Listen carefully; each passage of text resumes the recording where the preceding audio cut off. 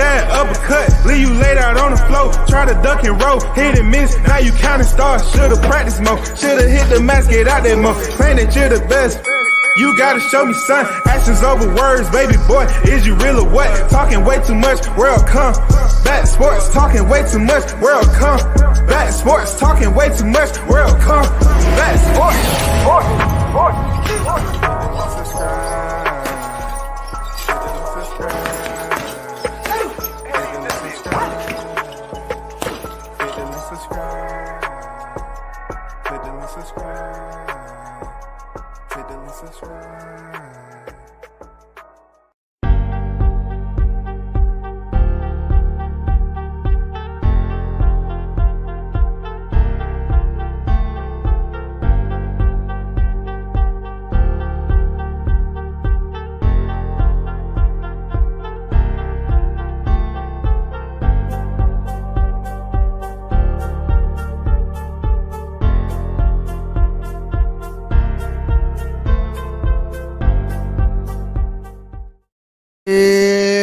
First in the building. Todd Boogie to the bang bang boogie. The beat is on deck. You already know we back at it again. WCS, man. Got to come back with some hot grease. From what I understand, we 8 days in cooking. 8 days in cooking. We about to change the landscape. The hottest chat in the game. Salute to you. I appreciate you. Boxing fan talk in the building. You already know, man. Toby Bartlett. Salute WCS in the chat. We're global, baby. We're global. Only 7 days until the big fish fry. We absolutely know what it is, man. Hold up. I smell that fish. God damn, I just finished having me some fish myself. I'm not gonna lie to you. I'm not gonna lie. Excuse me. I'm gonna try to goddamn get through the intro. I'm just wiping the crumbs off my motherfucking face. I had to get prepared this weekend. You know what I'm saying? I had to get prepared for real. I had to get prepared. You know, I'm in the South. We have fish fry, soul food places all over. You know what I'm saying? I'm still salivating. Shout out to Boxing Fan Talk on deck. What's going on, WCS fan? What's good with you, brother? Tap the like button on your way in. Thank you, fam, no doubt. Tap the like button that way, this way, and the other way. We on deck, man. We almost there, man. We can look, we almost there. We almost within distance to reach out and touch this shit. We almost there, dog. No cap. We almost there. We are almost in the building to see history made, to put it all to rest, to lay them heads down in the dirt. You know what I'm saying? Sound the horns. Memorial service is here. Carlos on deck. I see you in the building. W says salute, OG. Salute to you, Carlos. Appreciate you pulling up, man. Big Blunts and Boxing the GOAT is in the building. What's good, fam? Salute to you. What is right? That's all we want to know tonight. What is right with the fight? That's what we want to hear. Crawford comes out and breaks his silence on the resume, y'all. Can you believe that? He comes out and breaks his silence, man. That's good shit. That's real good shit. We've been hearing both fighters, you know, really cross over into areas that we really haven't heard them talk about, you know, and the reason why we've been hearing them talk about it as of late is because of the Q&As, the media scrums, the interviews, the podcasts. You know what I'm saying? So big shout out to y'all, man. Y'all about to hear something that I didn't think I would hear from Crawford when it comes to resume. But shout out to Team Crawford. They're locked in. They know what it is. They're close to the line of departure. They've been dialed. They don't have to say focus 15, 16, 7 times in a minute to get focused. You know what I'm saying? They stay ready so they don't have to get ready. That's what they do. Mr. Golden, the OG, is in the building. WCS, what up, fam? What's good with it, OG? Salute to you. Hope all is well your way, man. Seawood is in the building. WCS, let's go, champ. Let's go, man. Let's get it. Let's go, man. Yeah, I just cut it off. Good ears. I was looking at some footage. You know what I'm saying? I was looking at some footage, man. But I muted it. Stickum Boy Fishing and Sports in the building. Salute WCS chat. Salute chat fam. Salute to you. Big shout out to the ones that pulled up on this Friday. It just seems like yesterday that it was last Friday. And we've gotten closer now. We danger close, man. We danger close. This is danger close, man. The XO Factory in the building. OGWCS, what's good, big bro? I'm on deck for the hot grease in the PM. You already know. You better know, man. We know how we doing it over here. Detroit D-Town in the building. Let's go, bud. What up, WCS? What up with it, man? Yeah, Team Crawford. You know what I'm saying? Let's go, bud. Go in here and put all the hype. Put all the hype to rest, man. You know what I'm saying? Let's get this over with. It's time to put this hype to sleep. Night. You know what I'm saying? Put the hype to sleep. Done. Over. So we won't have these conversations no more. You know what I'm saying? We won't have people up here just acting like they missing their medication. Motherfucker acting like they retarded. I gotta use words like that because they ignoring what they seeing. You know what I'm saying? They just act like they don't. Okay, I'm looking at this, but yet I'm gonna say something different, just so it can sound good to the listeners. Bills Boot Camp in the building. Salute, fam. What's good with the Bills Boot Camp? Salute to you. The OG Bruce Gas, Boxing, Jazz, and more is in the building. OG, how you feeling? Salute, my brother at WCS. Salute to you. Yes, sir. Zone 6 in the building. Salute. Shout out to Drop Spence and the Hot Grease, aka Fish Fry, aka Mr. Sucker Free in the building. Gumbo on deck. What it do, Gumbo? Salute WCS, my big bro in the chat fam. Driving but listening. Hashtag Cincinnati, Ohio. What you up, Cincinnati? That's like 7.5 for me. That's a hop and a skip, bro. Shout out to Gumbo with the $10 super chat, man. Always appreciate it. One love to you, brother. I know you on that roadway. You know what I'm saying? You got the gas to the flow. You know what I'm saying? You out here cooking. Thanks for tuning in to the Hot Grease. Always, man. Thanks for your support, man. Lost Art of Boxing at LAB in the building. What's good, fam? What's good with you? Salute.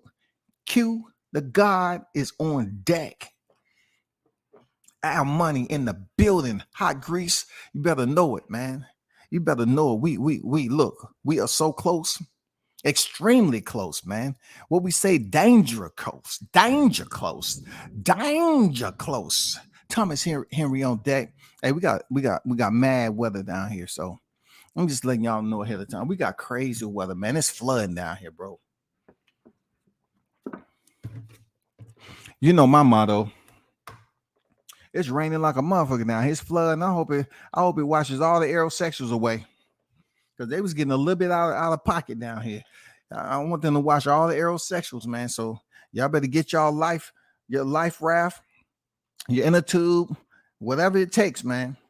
You know what I'm saying? Them streets are flooding out there. For real. Wash all these aerosexuals away. They out here committing sins, lying to the people. Bud gun style on them. No doubt, man. No doubt. Boxing Fan Talk with a $5 super chat on deck. This is for that infamous jab that would be a non-factor. Let's go, Bud. Dang, he says it's going to be a non-factor, y'all. That's what I like to hear. You know what I'm saying? Confidence. A non-factor. You feel me? But big shout out to Gumbo, aka Mr. Hot Grease, aka Mr. Sucker Free, for that super chat. Boxing Fan Talk for that super chat. One love to y'all brothers. I know you out there working hard for your money. Thanks for, recognizing the grind, man, and supporting the channel. Yes, sir, indeed. Salute to y'all. Salute to everyone else is on deck. Shout out to Andrew Charles in the building. Green is in the building. What's good with the Green? Salute WCS in the chat. They only started questioning Crawford's resume after Spence couldn't stop Mikey Garcia. EJ was on a 10-fight KO streak. DJ was begging him to stop Mikey, and he couldn't do it. I gotta jump into my segment, right? So I'm not sure. I always put it out there, but I'm not sure if y'all remember or not. But you remember when I gave that I did that live stream, and I pretty much broke down who had the better resume between Crawford and Spence. And I remember people hitting me in the DM. Obviously, they didn't really take the time to peel it back, but goddamn it, I got validation. Yes, sir. Yes, sir. Because they was out there hating. Look, they was out there hating. And Crawford came out himself. Let's go to the article. Crawford came out himself, y'all. He came out himself and put it out there for the people. Exact same thing I said weeks ago. He came out here and let's share. I want to share this right quick.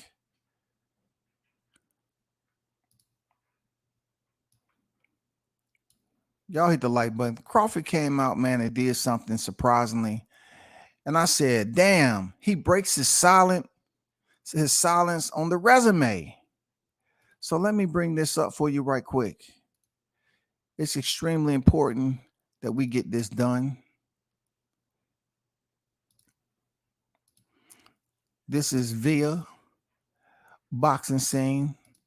Okay, let me take this thumbnail down. So this is an email to you, the listeners, as we thumb through this article. Boxing Scene, Crawford not concerned with resumes. Sean Porter has a better resume than both of us. I be goddamn. Didn't I just do a live on Sean Porter having a better resume when they keep on sitting up here talking about Errol Spence got a better resume than Crawford and all this other stuff? I said Sean Porter has a better resume. He's been in there with the top dogs. He's heavy. He's heavy on the names, y'all. He said enough is enough with this resume talk. The questions surrounding his upcoming showdown against Errol Spence Jr. are becoming typical and repetitive. I agree. Do you believe that you'll knock Spence out? What's Spence's best attribute? I agree. That's why Crawford, pretty much checked Flores. He said, y'all asking the same questions. Well, there's only so many questions to ask. And they just, really, I have to go with the media. Like, they don't want to piss a fighter off by asking them the questions they really want to ask them. This is real talk. I gotta side with the media on this, Crawford. You understand? Because people are not trying to get you to shut down. Being that they have the privilege to be a part of this leading up to the fight, you're going to get asked repetitive questions because you all have been, how you put it, you all have been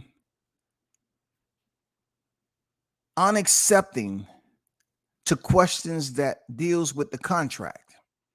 A lot of people want to know details about the contract. What's the guarantee money? What's the split? So they don't want to ask you nothing about that. They already know. Y'all shut them down. You know what I'm saying? No one came up off the goods. So they got to keep on recycling questions. And Crawford didn't say that. This is just the author saying this. But I'm just saying it for Crawford and Errol Spence. It's just because, media really want to ask you some other questions about that contract. They really want to know the split. See, if we can get the split, it changes a lot heading into next week. A lot. We talking about 50-50 split. We talking about 50-50 split, y'all. Let's talk a little bit. This article goes, and I like how Boxing Scenes, their authors way better than Boxing News 24. We already know. We've seen that scribble.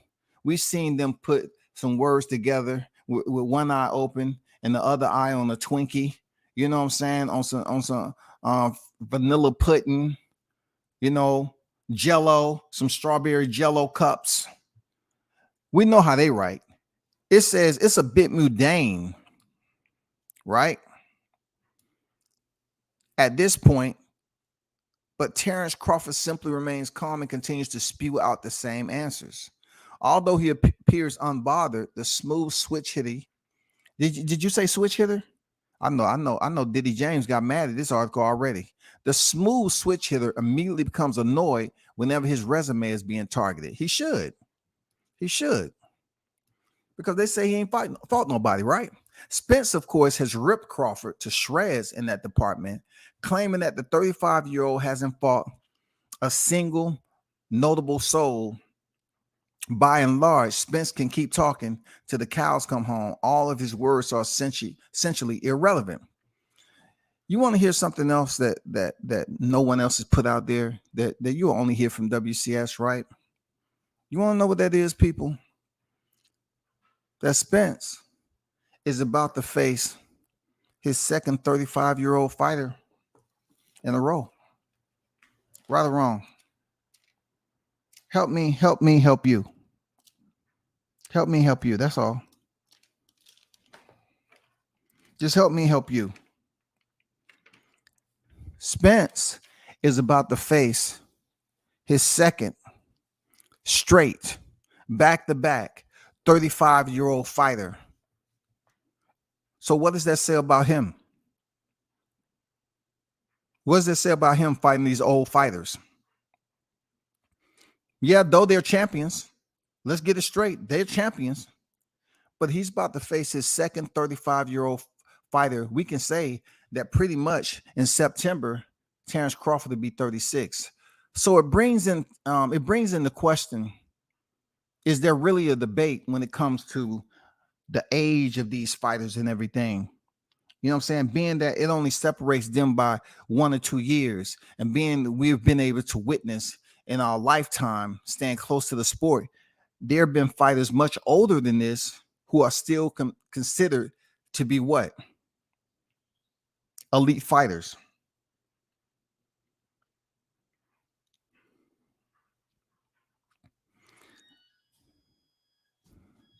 Somebody can say that the same can go for Crawford, that he's about to go in here and almost fight a 34-year-old fighter.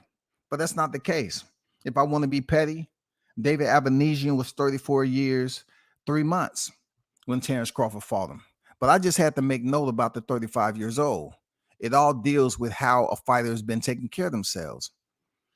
He says, I respect Errol Spence Jr. as a fighter, said Crawford recently. But resume don't mean anything in my eyes. Crawford might be taking the quiet route, but before he decided to mostly keep his mouth shut, he pointed to the wins over Kell Brook and Sean Porter as the biggest and best names he's defeated over the years. Porter, in particular, is a name that Crawford enjoys highlighting. In 2021, Crawford became the first man to stop former two-time champion.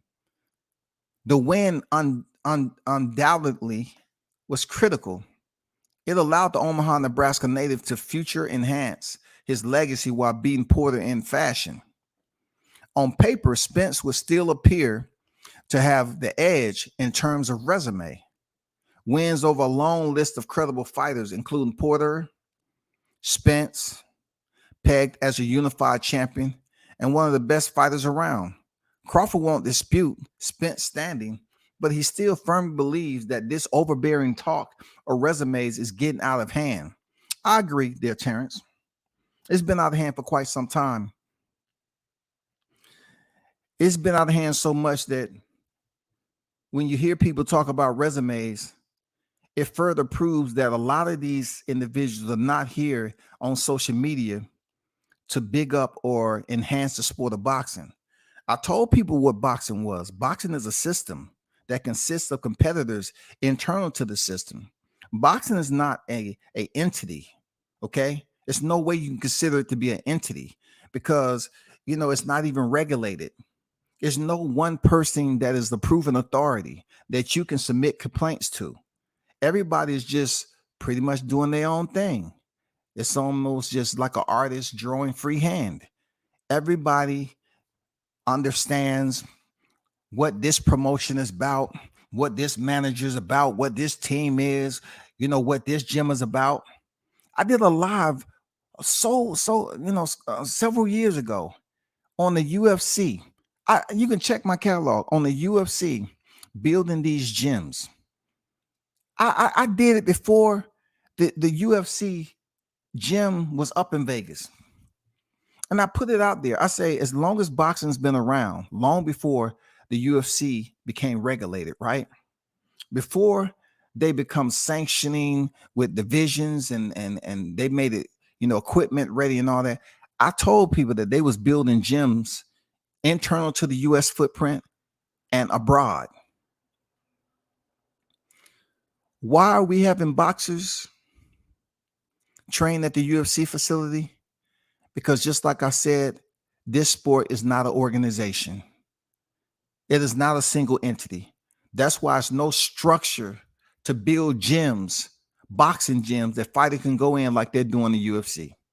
You know what I'm saying? That's incredibly unacceptable.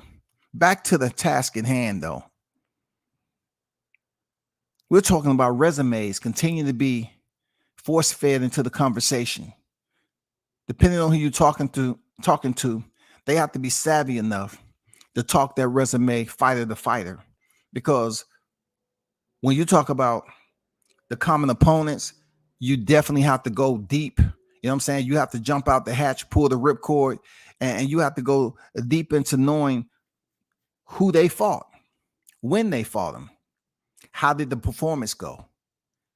It goes on to say, in his mind, Porter put together the sort of run that leaves both his and Spence portfolio in the dust, but no one ever considered Porter a better fighter than either of them.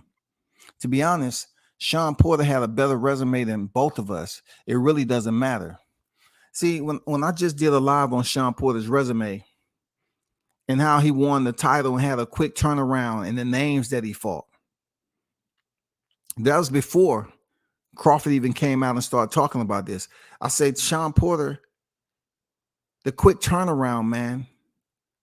And then the tough names that he had when he lost the title, how many fights he had before he went back in there and fought Danny Garcia, man. And then him defending his title and how quickly he ended up on the doorstep of Errol Spence. Then he had to defend that title against Errol Spence, losing. You know what I'm saying? I mean, what Crawford is saying is absolutely correct. The names that Sean Porter have on his resume, and it's in length, it's very heavy. With the wins and losses, he should get the check mark. But this is not really about Sean Porter per se. We have to identify Crawford and Errol Spence.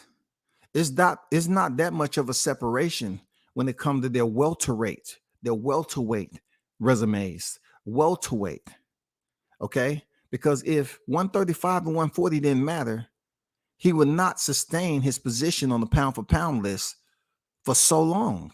So you can say what you like, whether it be morning or night, it ain't gonna change shit. It's not gonna change anything. You know what I'm saying? It's not gonna change anything. The man haven't budged from that position. Errol Spence hasn't came close to anybody putting him in front of Crawford. Why? Because he haven't did enough. The truth hurts. You know what I'm saying? The truth hurts. And the reason why it hurts is because this man has only picked up 3 titles. Now, salute to him for being able to get through with these unified titles. But isn't there a lot more for him to accomplish within the time frame that he's been an active welterweight? Not just a welterweight champion, but an active welterweight in the sport of boxing. What I like most about the Q&A and forcing these fighters to come out and talk to the media is that this fight, believe it or not, with all the banter that was being spoken about when he initially got out the ring with Yadinas Ugas, and people trying to say when the contracts and everything was sent, it's just absolutely trash at the end of the day. I'm talking about dumpster diving. Like, people want to come up with all these the contracts. Listen, you all need to ask for forgiveness right now. You all continue to dilute the integrity, the little that it has, the minute, reservoir that it has, but you all continue to pollute this reservoir of integrity in the sport of boxing by coming up with false information. If we're talking about resumes, people were mad more so about activities that they believed that was going on, not something that they could actually prove. You know what I'm saying? They was mad at all the contracts was here. He got out the ring in April and they sent him a contract in May or June. There's nobody that can produce the documentation. So Crawford was excoriated for basically redirecting his attention over to BOK Prime. During that moment, I'm processing it, right? I'm saying to myself, these are the people that say that boxing is a business. These are prize fighters. So if he's unable, after accepting everything, that I know, okay, that I know, after accepting everything, if he chose to go somewhere else to get a paycheck because they wasn't sure what they wanted to do in 2022, he made the perfect choice. Check the box, man. Good business, solid business. So he goes in here and takes on a fighter in which I said earlier today that can be comparable to Carlos Ocampo. The way they have produced agitprop on this guy, David Avanesian, like he wasn't nothing. A guy who was about to fight for the EBU championship. You know what I'm saying? In his defense, he was in an important fight. It wasn't like, they was going searching at the bottom of the barrel to find this guy. And yeah, people was asking questions why he didn't pick anybody local. You have to ask him that. Nobody seemed to present that question. I thought it was a good question. Like, what brought Avanesian over here, all the way over here, to fight you in Omaha, Nebraska? You know what I'm saying? How did that thought process happen? You know what I'm saying? How did it all come to fruition for you to get the infamous David Avanesian on deck? And then why you don't think people are giving you credit for going in there and stopping him in the fashion for which you did? That's what you're supposed to do. You're supposed to stop the fight early. But when it comes to his resume, people don't want to give him credit for no Avanesian. I'm saying, if you're not going to give him credit for Avanesian, stop giving him credit for a 22-0 Carlos Ocampo. Stop.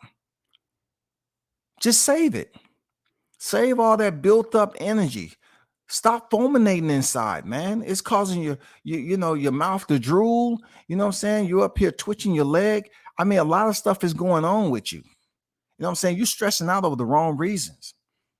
Because I'm going to say it again. Their resumes, when it comes to Crawford and Spence, is not that too, in the welterweight division, it's not that much separation, y'all. It's not that much separation at all. We've heard it over and over again. We've heard people try to claim that Kell Brook and Sean Porter FICO score, once they stepped in the ring with Terrence Crawford, was in the low 400s. If you're comparing it to what we actually have to work with in life. Anybody with the 400, you have been delinquent more than 7 times. Let's be real. More than 8 times. You know what I'm saying? You are a 60, 90-day type of offender, period. So they was given this low FICO score to Kell Brook and Sean Porter over and over again, just because they want to build up this so-called welterweight stature of Errol Spence Jr. Knowing if they really paid attention and be patient, it wasn't going to do anything for where he sits. He still had to go get the titles. You know what I'm saying? He still chose to leave Terrence Crawford off the easy route. Terrence Crawford was nowhere close to the easy route. So when you talk about resumes, you admitted to the world that you wanted to go take the easy route. So what does that say about your resume? You felt that the fighters and Sean Porter and Danny Garcia and Yardenas Ugas was okay. You actually put it out there that why don't I go and knock out Sean Porter? He felt that he would go knock Sean Porter out. When he actually had the window of opportunity, what we seen him land a nice, clean left hook. And check it out, people. I want you to generate. I want you to power up wherever you got to source this energy from. I'm not saying go over to the kitchen sink and wet your whole hand and try to stick that and ram it up to a local outlet. No. I want you to generate some energy to understand where I'm going with this, right? He had the clear opportunity and landed a left hook on Sean Porter. And Sean Porter's glove barely touched the canvas. Sean Porter has always been considered a top-notch boxer. Even though when it was time for him to step up with elite competition, he didn't quite get it done. He didn't get it done with Kell Brook. He didn't get it done with Keith Thurman. You know what I'm saying? He went in there with Errol Spence and almost crossed that finish line as victorious. Almost. Did he have that same fight with Keith Thurman? Absolutely not. Did he have that same fight with Kell Brook? Absolutely not. None of them were split decision wins. You know what I'm saying? For his opponent. But when it comes down to it, don't you love hearing them say all glory to the almighty Errol Spence when it comes to him beating and squeaking out a victory? And they're talking about this I'm talking about this brutish power that's possessed with Errol Spence, this brutish type strength, this unbelievable. We're talking about wherever it's coming from, something that has to be sourced from another stratosphere other than Earth. We're talking about some Area 51, some special type power. This is all I've been hearing when we're talking about next week. They've been talking about this special type of power that he's gonna produce that we've never seen before. Because when he hit Sean Porter clean, we're talking about resumes now. Sean Porter, when it comes to resumes, he was on his way to retirement supposedly when Terrence Crawford stopped him. He hit that man clean, and Sean Porter glove barely touched the canvas. Barely touched the canvas. Now, WCS has to highlight once again that this is when Errol Spence wasn't having mouthpiece issues. This was when he wasn't having mouthpiece issues, if you get what I mean. I'm being clean. I'm being clean. I'm not trying to bring up the other half to help others identify where I'm going with it. This is when he wasn't having mouthpiece issues. His mouthpiece wasn't being forcibly dislodged from the grasp of his jaws and forcing him or influencing him to go search for it in the middle of a fight. This is before that. This is when everything was tight. You know, this is the boogeyman. This is the one that was weight bullying. This is the dude that ballooned up to 185, 190 pounds in between fights. This is the strongest one. He landed a flush left hook. This is resume now. Sean Porter is the one that they debate. They don't give Kell Brook no credibility whatsoever. Even Errol Spence said what? Yeah, he did have I broke the other one. He joked about it. I broke the other eye. So he was in denial. So let's just stay focused on Sean Porter. Sean Porter, man, got up. I'm talking about his knees was barely bent. Sean Porter arose and he was looking over the referee's left shoulder, telling Errol, let's go, let's fight, let's fight, let's fight. He was ready to go. This was the 11th round. They finished the fight. And then that's when we know the incident happened with the vehicle incident. Now, if I was to take a Errol Spence and say, okay, would the betting odds be different heading into this based off resumes, y'all? Resumes, okay?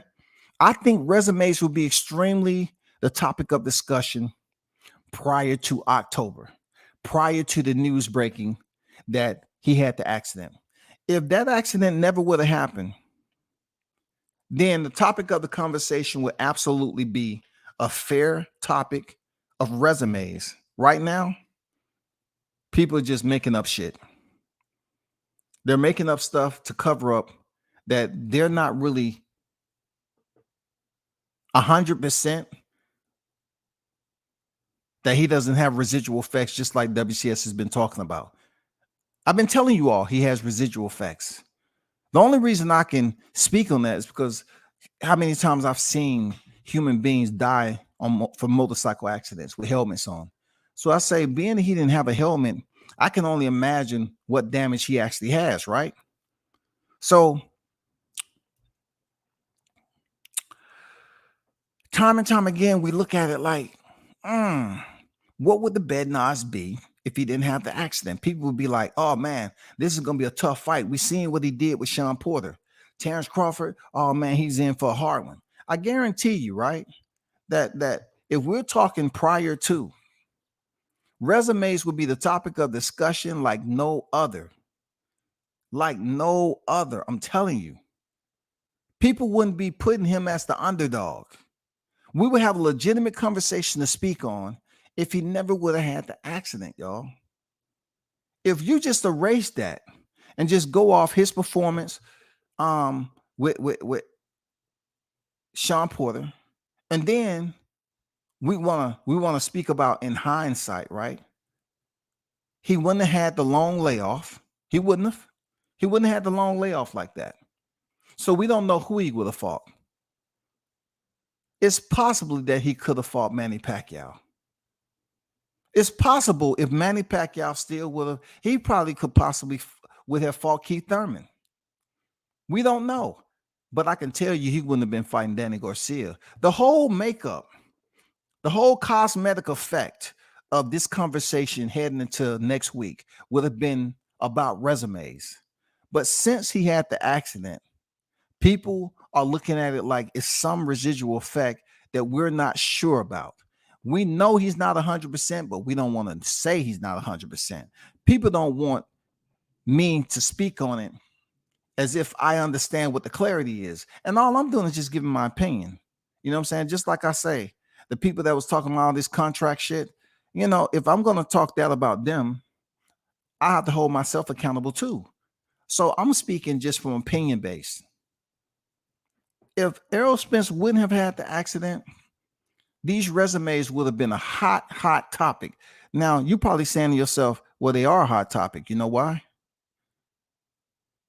Because it's their resume. No.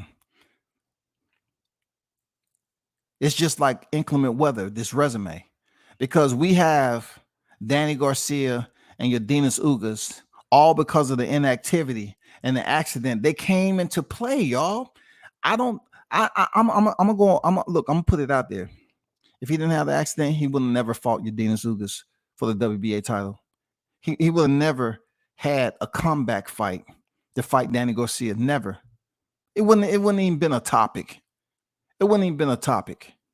Now, what I would like to have seen, you know, through the hourglass or through whatever glass I could get a hold to kind of see ahead of time, you know, I do believe I have a little bit of ESP. You know what I'm saying? I got a little bit of ESP. What I do believe is he possibly could have fought Keith Thurman. a much more worthy opposition when we're talking about youth. The little youth that he's holding on to, he would have definitely had to fight Keith Thurman because he already had the IBF and the WBC title. He definitely probably would have fought Keith Thurman because the PBC would have said, hey, Keith, you good or not? You good or not? You know what I'm saying? Either he would have fought Keith Thurman or he would have fought Pacquiao. I don't know, but I know Danny Garcia and Yardenas Ugas wouldn't have came into play. It wouldn't have came into play. Now, if you wipe away the long hiatus that he was a part of, you know what I'm saying, from that accident, we're talking about a whole nother date for this fight. The date wouldn't have been July 29th. It wouldn't have been no need for the date to be July 29th. And to be honest with you, I wouldn't even say that, he wouldn't have fought Yardenas Ugas or whoever would have been on the billet the time that he did.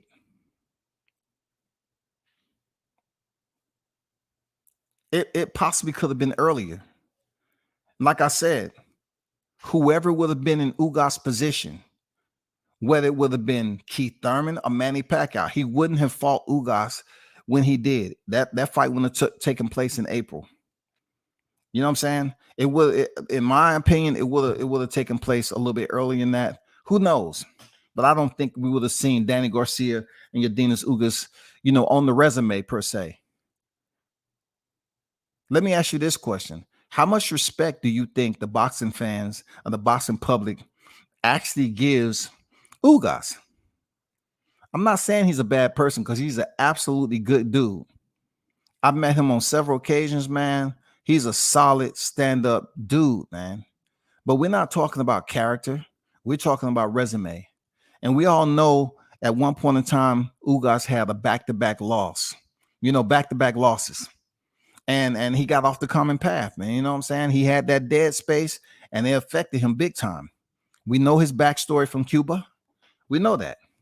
But when it comes to this resume, Sean Porter illuminates way more than a Ugas.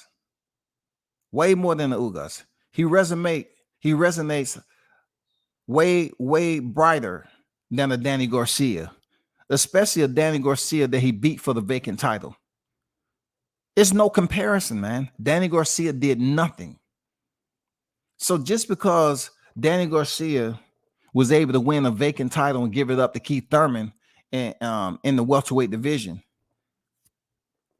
his FICO is a little bit higher than most because Danny Garcia has never been stopped.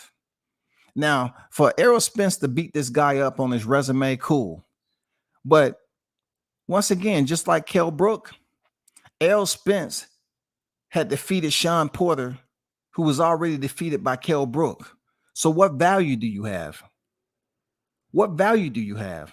And also, the Danny Garcia that lost to Keith Thurman, the former unified champion, who lost to Sean Porter, who ended up losing to Errol Spence. So you see where I'm going with this resume talk? They hyped the hell up out of Danny Garcia because they like his personality. He's a good guy. Danny Garcia is solid. He's never been stopped before. That they still give him appraisal off not being knocked out and stopped. TKO, KO, whatever you want to say. Right? So we remove Danny Garcia as a comeback fight. We remove him because we all know Danny Garcia received the orders. Man, Danny Garcia, when they got beat up, and come on, it's not even realistic. The only two names that's in between these two fighters to talk about, even in any debate, is strictly Sean Porter and Kell Brook. And the only reason Kell Brook gets a mention because he was the active champion at 147 pounds when he lost to Gennady Golovkin. People will go out on a limb to be petty and say, well, Kell Brook was undefeated at 147 pounds. Are they lying? They're not lying, so to speak, because they say at. Okay, they're not lying. They're being honest. They're just giving you some fluff prior to getting to the goddamn point. Kell Brook was undefeated at 147 pounds. Is and it's You know what I'm saying? Because pretty much he comes to the 147-pound with the L already. You know where I'm going with it. He comes to the 147-pound with the L already. You know what I'm saying? That was prior to his fight with Errol Spence. So technically, he wasn't undefeated at 147 pounds when he stepped in the ring with Errol Spence Jr. Now, they're trying to say that he was unblemished and undefeated because he never lost at 147 pounds. But guess what? That doesn't go that way when it comes to boxing talk. They don't treat resumes. They don't separate them. They don't itemize when you took the L. If you come to a division and you have a loss on your record, you have losses on your record. Do you know how much flack they're giving Shakur Stevenson for dropping his belts on the scale like he took a loss? It's better for him not to lose the last pound and go in there depleted and dry and weak and take a L, 2 L's, losing his titles, right? Losing his titles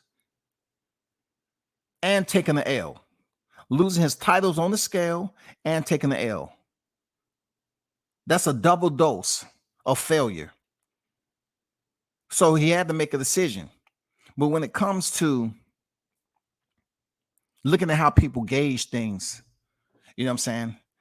You know, when you come to a division and you want to say, well, when Kell Brook showed up at 147 to fight Errol Spence, his mandatory, he had one loss from Golovkin.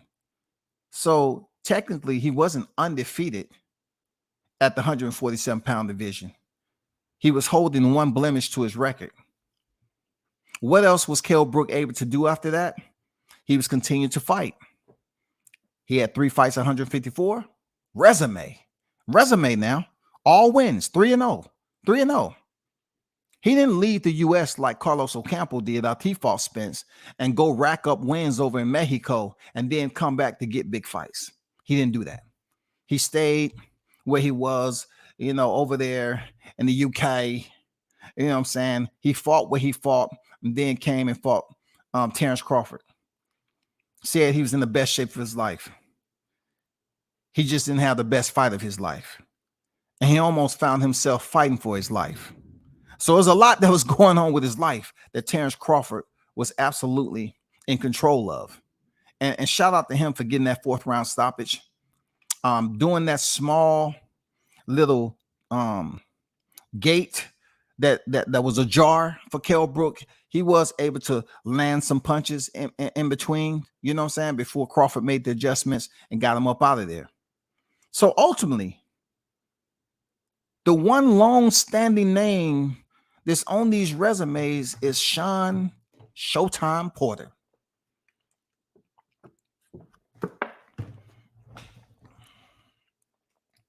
Right or wrong, y'all? Right or wrong? The one opponent that stands out the most heading into this fight, July 29th, is Shawn Porter. And see, Shawn Porter have given people something to talk about. He has given people a breakdown on how he felt with Errol Spence performance and how he felt with Terrence Crawford performance, right? No matter what he says, it doesn't matter what he says about both fighters. He fought both of them. He showed up in shape and fought both fighters. Stylistically, the performance was different.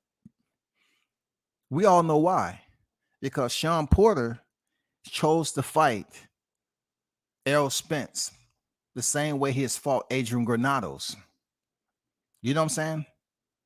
A rock'em sock'em drag out type of fight. Shawn Porter was known to put some head, some 4, 5, 6 head in there. Shawn Porter was born with a helmet.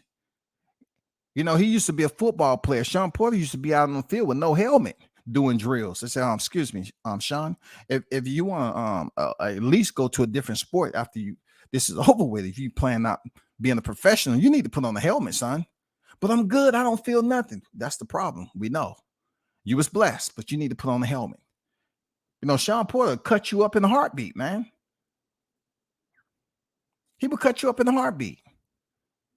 So he said that Errol Spence chose to fight his fight, which was the dumbest thing ever, but he got through it. Damn near lost. He got through it. Then he said Terrence Crawford fought his own fight. He was going to beat Sean Porter. Terrence was going to beat Sean Porter his own fight. I'm talking about Terrence is going to beat Sean Porter with his skills, with his cashier weapons, with his boxing IQ, with his intellect. He was going to beat Sean Porter. He wasn't going to go in there and say, I'm going to beat you at your own game. So when we look at it, you have some people say that Sean Porter was ahead when the fight was stopped, which is cap. And you have some people that look at when the corner told him that he was behind, that did something he should have known. Bro, who cares? The fight was stopped brutally. And Sean Porter has been on record as saying that he wished that moment never would have occurred. Okay. You wish that moment never would have occurred, but both fighters fought you, and the one that did it the best was Terrence Crawford. This is the single most important name on both of these resumes. One long wolf in Showtime Sean Porter, who has the better resume than both fighters. That's absolutely point blank. It's no question. Crawford, when he mentioned it, I was saying, damn, these fighters are really coming out, man. They're really coming out and you know, dropping some information that we don't think we ever would have got unless this fight was on deck when it is. Would it have been the same several months ago? We don't know. Like I said, this is all based off the hiatus and accident and the sudden shifts of opponents, you know, to accommodate Errol Spence return to the ring and all this other stuff. And then you had his eye. Okay. I'm about to give you my opinion on this eye, y'all. Okay. And I want y'all to pay close attention. Okay. This is my theory on that previous eye injury. This is what I think. When he attempted to go in there and hopefully fight Manny Pacquiao, he didn't pass the medicals over in Vegas. There was no way that he passed the medicals. You know, that eye wasn't right. Supposedly in sparring. I don't think it was sparring. I just think he found out that in sparring, his eye wasn't the way he would like it to be. We have since had video go viral, and shout out to Blunts, Big Blunts in boxing. He kind of did his, you know, put his little magic on that video and slowed it down, you know what I'm saying, for the boxing fans to see, right? And what we seen was that when his trainer Derek James was in there going over these drills, Errol Spence literally walked in the front door and ran into the wall when Derek James was basically doing drills with him. He never seen the left coming over the right. Now, what's important about this is the fact that if his vision would have been clear, enough to see that left hand, which wasn't being thrown at full speed, nor was it being thrown to cause damage to Errol Spence. But since they was just going through repeated, remediated drills, it makes it even worse that Errol Spence didn't see it, because he was throwing it pretty slow. Now, it looked worse than what it was, because you ask yourself, if this wasn't smooth enough in-house, why would you bring out that type of pace, that type of mid cadence? And he wasn't ready for it. He wasn't ready for that type of cadence.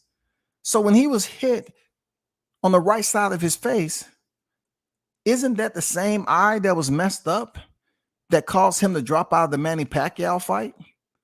Am I right or wrong? I don't know. I'm asking you all. Like, wasn't that the same eye that supposedly a sparring partner was McAlooey had damaged? Was that it? You know what I'm saying? So what I'm telling you is that, does he have some type of, is it possible allegedly that may be some type of issues going on? I don't know, bro. But all I know is that is the same side where he hit the pavement. What I do know is I hope it's all healed up. You know what I'm saying? Because when he was trying to get in here with Manny Pacquiao, things didn't go his way. They said no, no. But I always had that on my thought process when I was looking at this film. I even mentioned it on the live. I said, I want to see how Errol Spence does with Derrick James on the mitts. Because when he was doing mitts at the open workout for the Ugas fight, they seemed to be off a beat or two. They wasn't in rhythm. You know what I'm saying? It's just like playing a piano. It's easy to hear the subtle changes when you're not in tune. You know what I'm saying? Or the piano may not be in tune.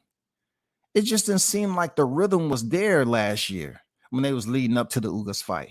So I was very, very curious to know what it would look like when he finally had his open workout.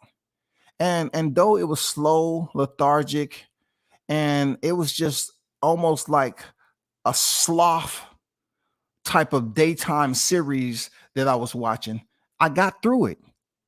I'm not gonna lie, I got through it, y'all. I got through it without eating a half a cup of coffee beans. I got through it. I was happy, man. You know what I'm saying? I didn't have to go up there and get some ginkgo biloba or, you know what I'm saying, some type of Malaysian green tea that's supposed to keep you up for a month straight. I got through it. And in the process of looking at this, you know what I'm saying, drills, I know that it was paced very, very posy kind of. It was like a pulse. You know what I'm saying? Just a regular beat, just like a heartbeat. It wasn't anything crazy, man. Like it was just pop, pop, pop, pop, pop, pop, pop. Like it wasn't anything expeditious. It wasn't upbeat. It wasn't something that you say, oh man, you know. I've heard people say, oh man, his foot movement was, you know, on point, outstanding. It's no different than any foot movement he ever had before. Same foot movement. You're talking about a fighter who's an Olympian. Why wouldn't he have the foot movement? All Derrick James did, he was up there switching stances, and nothing happened when he switched stances. People was sitting up here saying, "Oh, he's switching stances, and nothing's going on." What are we supposed to be marveled at when he's switching stances sporadically? And really, Errol is not doing anything except cutting off the ring. I mean, that's not giving us anything. Seriously, it's not. It's not giving us anything. Seriously. I have to put that out there. Real talk. It just doesn't give us that factor when we was watching them hit the mitts. What up, the Mac mob on deck? What's good with it, B Mac? I see you in the building.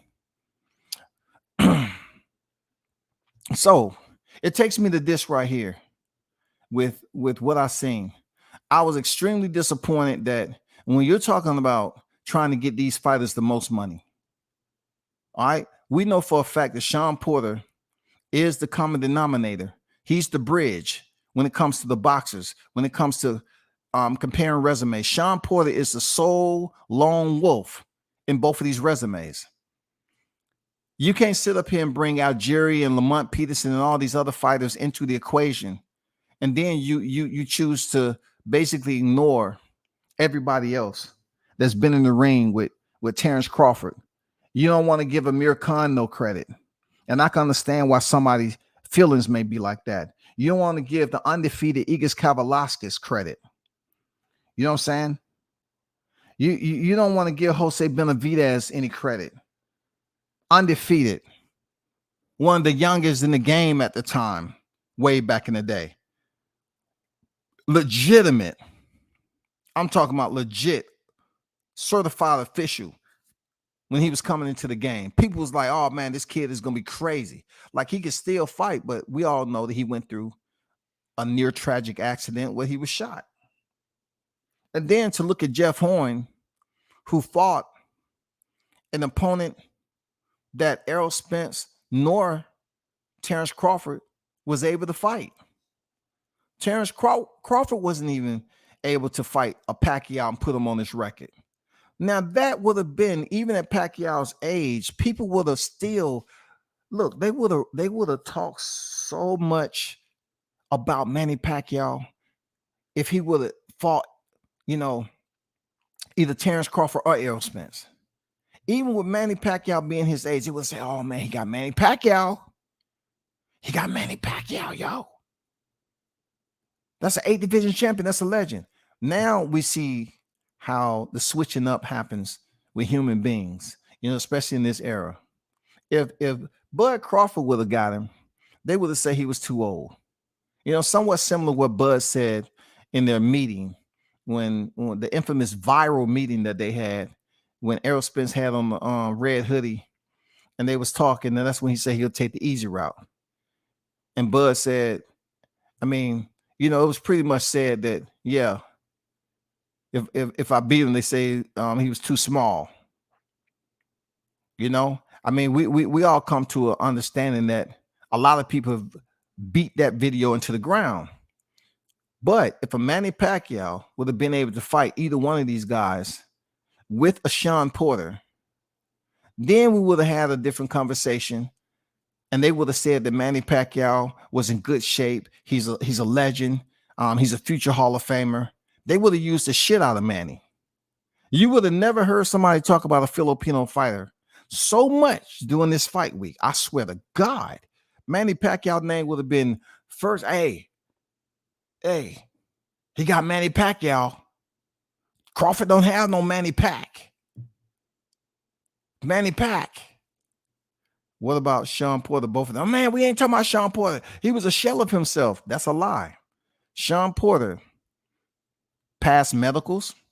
Sean Porter was doing commentating prior to his fight with Spence too. He was known to come in tip-top condition. And also the commentators was absolutely giving him his kudos and ringing his bell on his performance with Terrence Crawford. You got to give him his credit. Sean Porter stands as a lone anchor in both of these guys' resume. Now, next week, they separate themselves. And I put it out there before. I say the one person that should get some thanks from Derrick James and Errol Spence Jr. is Terrence Crawford. Both of these guys should thank Terrence Crawford for placing them in a position when he arrived and beat Jeff Horn. Because before then, all he was doing is chasing Keith Thurman around trying to get a fight. Every chance he got on camera, he was up here, I want to fight Keith Thurman. And being that y'all was pretty much residing beneath the same promotional umbrella, the fight still wasn't made. And in the process, over time, Keith Thurman, he went on a long hiatus, and then they were so slow in coming off the belts. Man. So the WBC, boom, lifted it, and we all know what happened with that. Sean Porter and Danny Garcia fought for the vacant, and the rest is what it is. But they should thank Terrence Crawford, because now, next week, we get to see what some people considered a rival. You know what I'm saying? Some people get to see what is considered a rival. When it was Deontay Wilder and Tyson Fury, their first fight was a draw. So that's what made their rival even more intensive, because they was able to go in for a rematch with both of them having a draw to their blossoming trilogy. With this fight right here, we don't know what it is, because that was the heavyweight division. We knew both of these fighters were going to be in the same division, win or lose. But with this, it brings into play the weight. We know Terrence Crawford is he may be 35 years old, on the back door of 36, but he takes very, very good care of himself. As in Spence has been on record as complaining about being a 168 pounder naturally. So that's big concern on if he would enact the rematch clause. And it would only make sense if the rematch clause be at 147. Let's be real. It have to be at 147. Will he be willing to go to another fight camp mentally?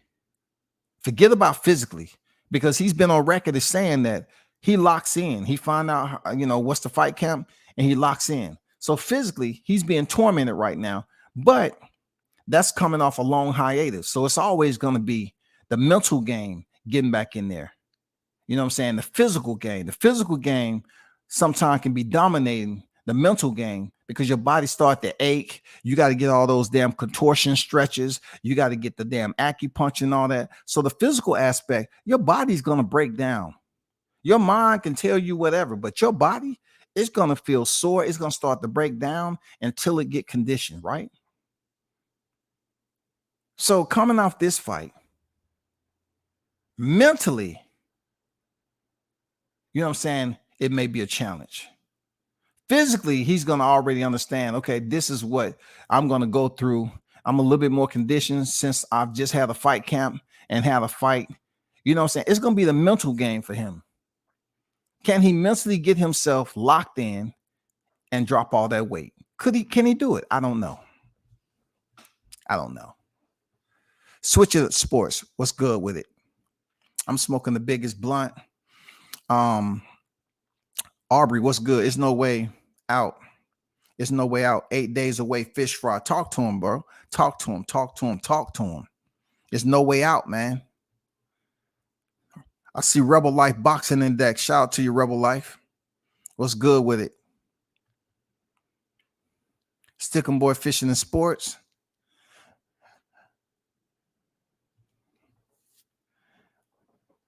They only started questioning Crawford's resume after Spence couldn't stop Mikey Garcia.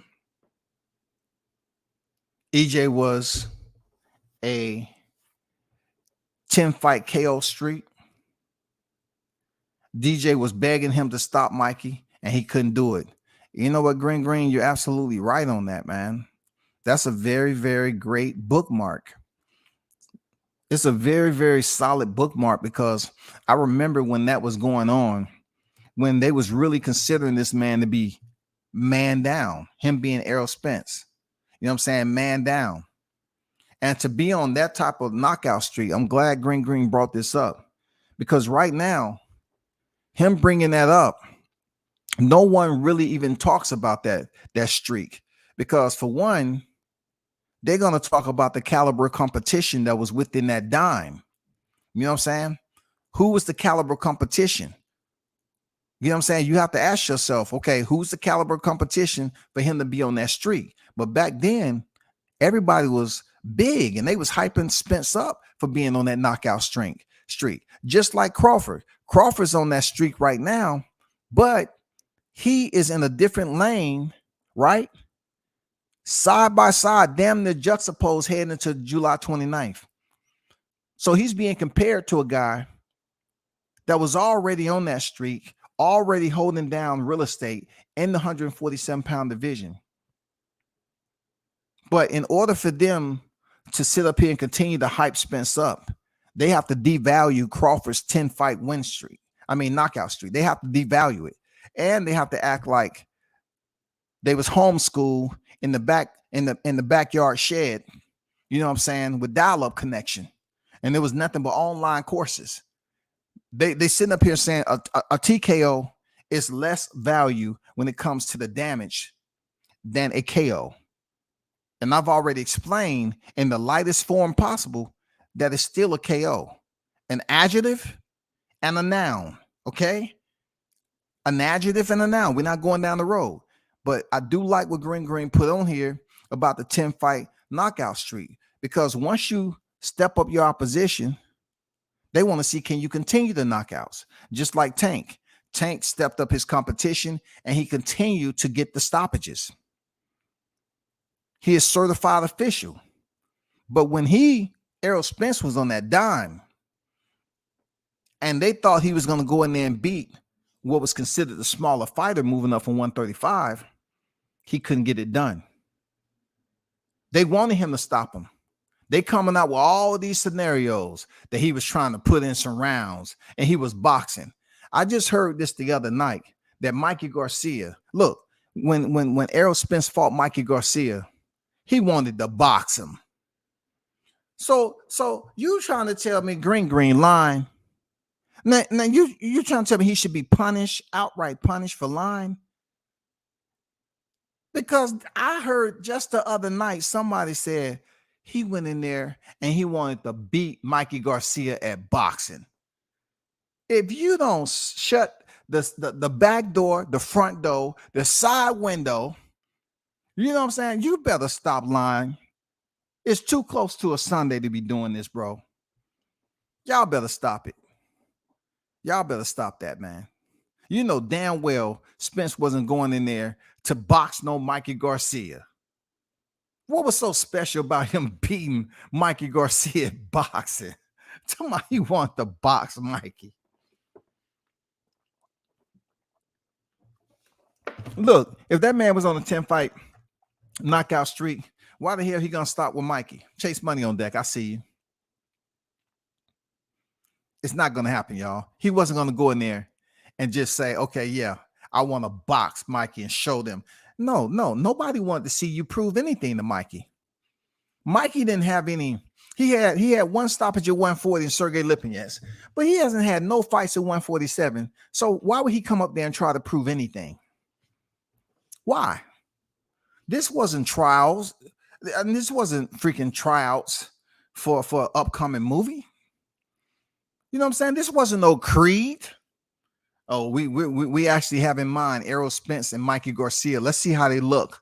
So what I want you to do, Errol, I don't want you to really think about the 10 knockouts. I want you to go in there and show us that you can box, because you know Rocky, they box in there and they have those moments. No, that wasn't it, y'all. Stop it.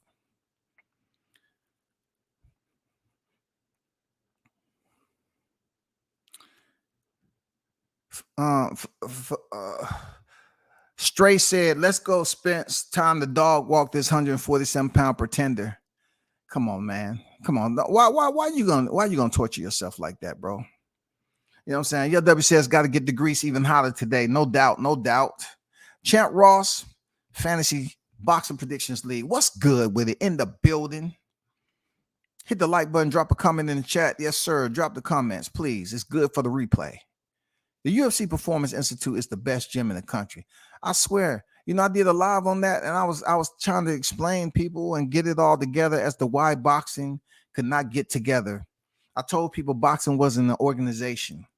You know, the UFC, they have money they put into these facilities, these all-in-one facilities, man. Zuffa Boxing. You know, look at that ring they had, that huge ring, you know, they had in there with Zuffa Boxing. We're talking about an MMA and boxing collab under the same banner. Come on, man. Boxing have me did that. Alex Zimmerman, what's good? He said Spencer's an old 33. Well, I don't know. I have to kind of ask you where you grasping, you know what I'm saying, when it comes to that narrative. Where are you reaching down to validate that he's an old 33? Are you basing off the accident? Because if that's where you're going, I understand where you're at with it. But he came into the sport in 2012, right? And he didn't really settle in until 10 fights ago into the welterweight division. I might be off or I might be spot on, but all you have to do is start off with Alejandro Barrera. Start off with Alejandro Barrera, and that's when he started to consistently fight at 147 pounds. Contrary to people lying, talking about he's been at 147 pounds since the inception of his boxing career. That isn't true. That is false. That is frivolous. Spence was walking down the steps at the workout like an old man. Hey, man, he's in trouble, bro. He's in trouble, Blunts. Danny Garcia was a better opponent than Amir Khan and Kell Brook. We're not talking about better. We're not talking about better. And look, you're only saying that because Danny Garcia has a win over Kell Brook. That's the only thing you're saying. You know what I'm saying? He has a win over Kell Brook. So are you going to bring in Robert Guerrero too? Where was he? Do he get any credit for stepping in there and losing against Danny Garcia in a vacant title match? Are we going to go, further back? Because we know Danny Garcia didn't beat no champions at no 147 pounds. For you to even mention that, it makes no sense. You're just going off the strength of him putting Amir Khan to sleep.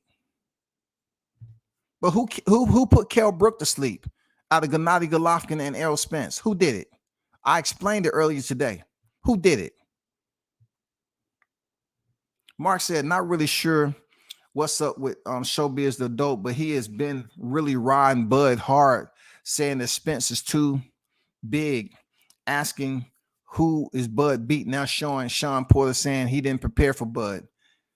You have to understand his name. And like I said, I have no problem with Showbiz, right? And when I say something about somebody, or if I'm highlighting their panel or something, I say their name, man. It's that simple. It's good or bad. But what I see is that people are overlooking one underlining factor that's extremely important: Showbiz.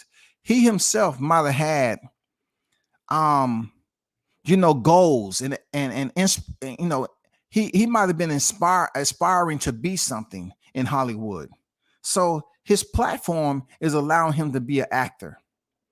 You cannot continue to go against what is obviously the favorite talking point, like what is obviously, in your thought process. You're looking at it, you say, okay, this is what it is. Bud seems to be in better shape.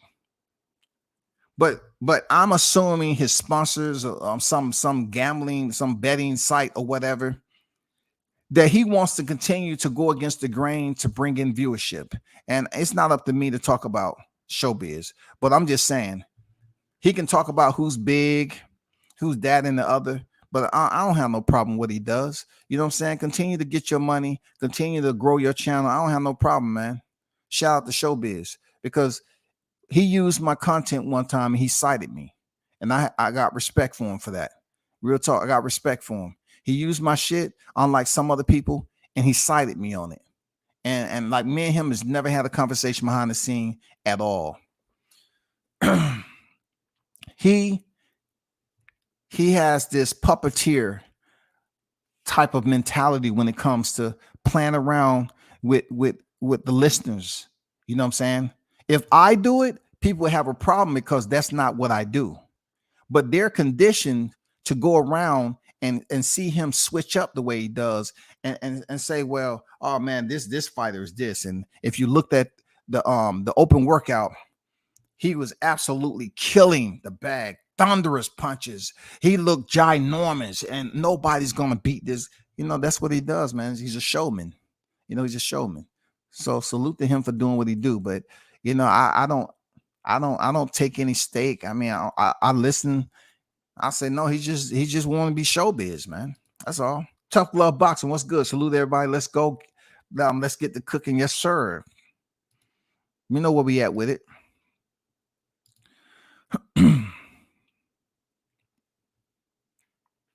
Dan Tan on deck. I see you, bro.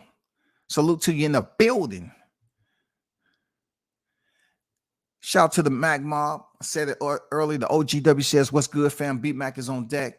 One love to the chat. Yes, sir. Appreciate you, brother, for pulling up in the building. Swaggy D, what's good? Swaggy D said, may the best man win. Yeah, you know how I feel about the best man. The best man win out of Omaha. You know what I'm saying? It ain't no in between with me. That's just who I feel gonna win. Period. That's just who I feel. That's overall solid, more technically skilled, more talented. Errol Spence has been on record as saying that Crawford's a more talented fighter. That's facts. That's facts. So everything that they've been mentioning about Crawford up to this point, they're gonna have to, just like Crawford said, he's gonna have to go in there and prove it to him next Saturday. He got to prove it. Joseph Bailey on deck. Salute everybody. Team Crawford in the house. Countdown to the masterpiece. I like that.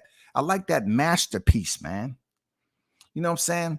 The masterpiece. I like that. You know what I'm saying? Because we all know that when it comes to seasoning on fish there, Joseph, You like people who have the masterpiece when it comes to recipes and seasoning. You know what I'm saying? Everybody gonna be cooking that fish with a different type of seasoning, man. You know what I'm saying? Oh, it's gonna be wonderful. It's gonna be wonderful. It's gonna be wonderful, man. You know what I'm saying? It's gonna be wonderful. Spence Power is just like the time he beat up Mayweather in sparring. No proof. Hey, talk that. Talk that, Dan. You know what I'm saying? No proof. You supposed to just take their word for it. Hey, talk that shit, Dan, on the Friday. You know what I'm saying? Let them know what's up, man. Hey, send that flare high in the sky there, Dan. You feel me? Send the flare high in the sky. Dan said Spence Power is just like the time he beat up Mayweather in sparring. Nobody has proof. What did he have you signing? NDA? You know, I got one even better, Dan. That Mayweather sparring is just like all this contract talk last year. That, oh man, they sent the contract in June. They sent the contract, yeah. Can you give us a screenshot of no. My sources said, what source?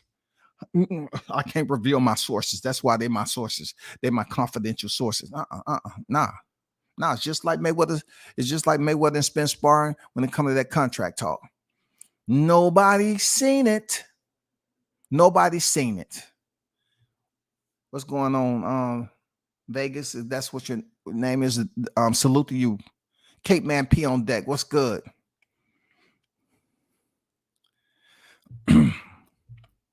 You must be bored, man. You're just leaving all these comments. Look, unless you're leaving a super chat, I'm not gonna read all the negative comments that you saying, you know, against. But I'm not gonna do it. It's just pointless for me to even think to give you that attention, brother. That's all I'm telling you. I don't want you to feel like you're working free labor and you're not being compensated by typing in the chat and believe that I'm supposed to read your comments. It's not gonna happen, bro. You know what I'm saying? You over here, every other comment saying something crazy about Crawford. For what? The fight is gonna be next Saturday, bro. You know what I'm saying? Don't come back here 3 months later talking about, oh man, I came down with a cough and I found out I had COVID. I don't want to hear that. I don't want to hear that, bro. You know what I'm saying? One honor. What's good with it? Tyrese on deck. Yeah, EJ's been going backwards.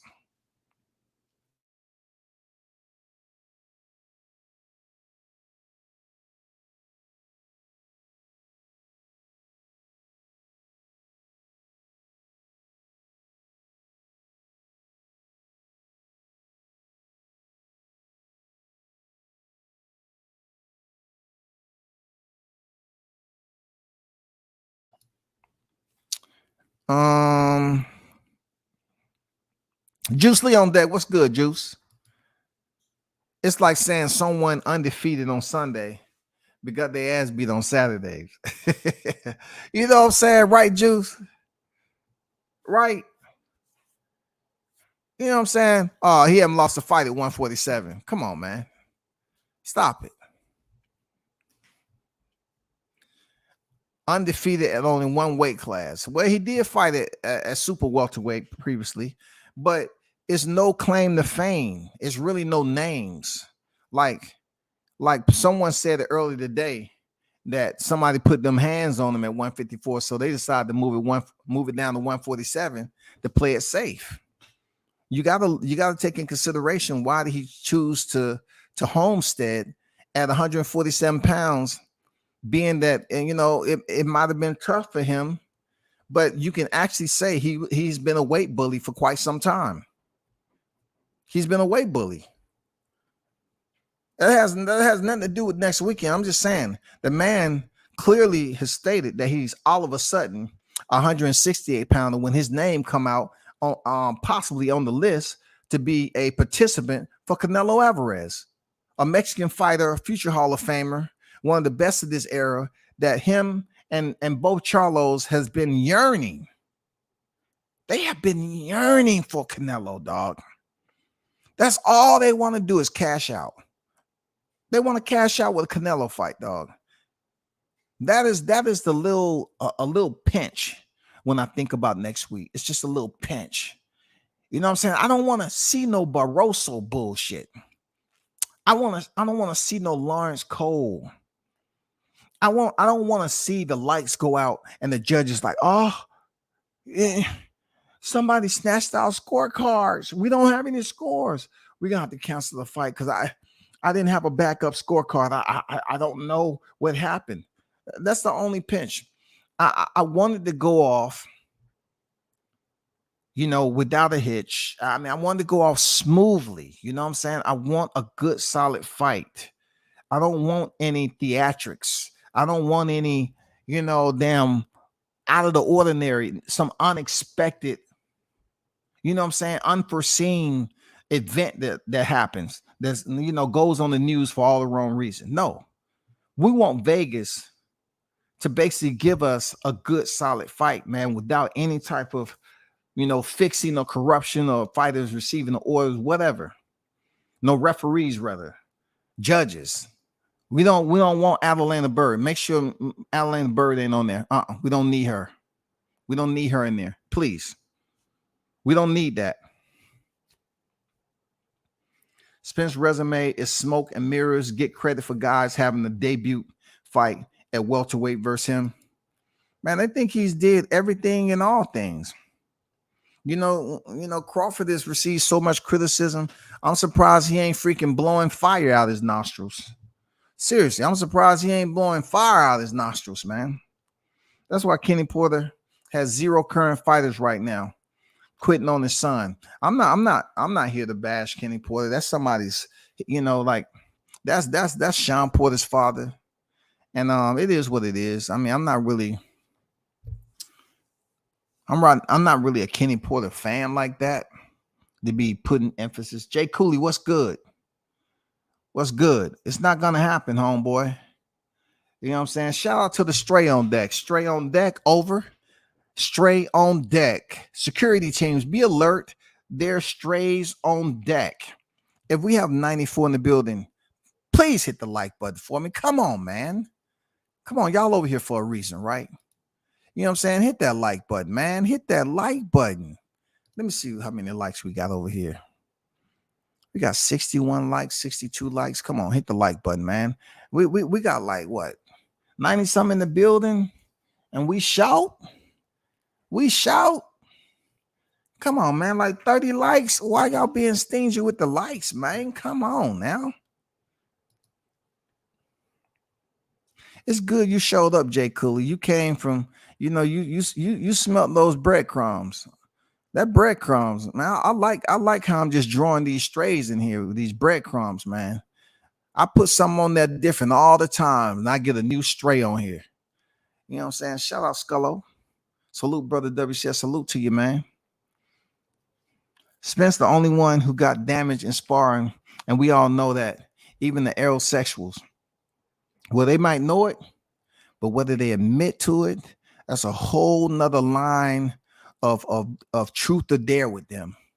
They don't like the motherfucking truth, and they dare you to hold them accountable. Seriously, they dare you to hold them accountable. Don't you dare think you're gonna hold the aerosexual accountable for goddamn coming clean. They're not gonna do it. Diddy James said, not letting Spence out his corner is how the fight will end. I can't let you do this. Live to fight another day type of loss. I don't know, man. When you got Diddy James over there smacking them up like it's a pie fest, like they got whipped cream pies up there and they slapping people in the face with them. That's what I felt like when I seen goddamn Derrick James, slap him in the face with a mitt. I think he was just coming back from a Vegas carnival. And he was just, oh man, this is cool. They put the plastic on him over his head and shit. And they was up there throwing pies at each other. That's how he slapped Spence in his face. I was like, that's disrespectful, man. You know what I'm saying? That's disrespectful. Errol should have fired. Look, Errol should have fired him right there on the spot. You trying to embarrass me? You know what I'm saying? You trying to embarrass me? Seriously. He should have fired him right there, man. Fired him right there. At will. Boom. Out. Gone. You gonna smack me with a mitt? What are you doing? You didn't think you was gonna smack me? He connected with the mitt. Spence was like, dude, you just didn't do that with all these people in here. You just didn't smack the shit out of me, did you? God damn. Boy, if you was a boxer and wear glasses, not good. Look, that's another thing I was talking about. I'm glad you brought that up, right? I told people, like, when I was returning from the first press in Beverly Hills, I told people how Spence looked a little cross-eyed, and it automatically reverted me to Abner Mares, because I remember the time when he got hurt and he had to go get the eye surgery. He had been out for quite some time, and he was just talking about returning back to the ring. He just couldn't do it because his eye was jacked up. And I remember seeing him with some glasses on, and his eyes kind of reminded me of the way Spence looked when I was looking at him through the camera. Spence with a nod, but it was some times where he was looking directly in my lens, and he just looked like he was kind of, his eyes was a little bit different, and he was wearing glasses. Like he's been wearing glasses.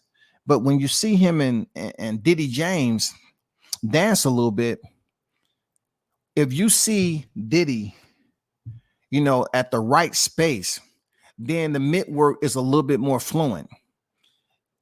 I'm just saying, if you see him at the right distance and the right speed, the mid work is a bit more fluent.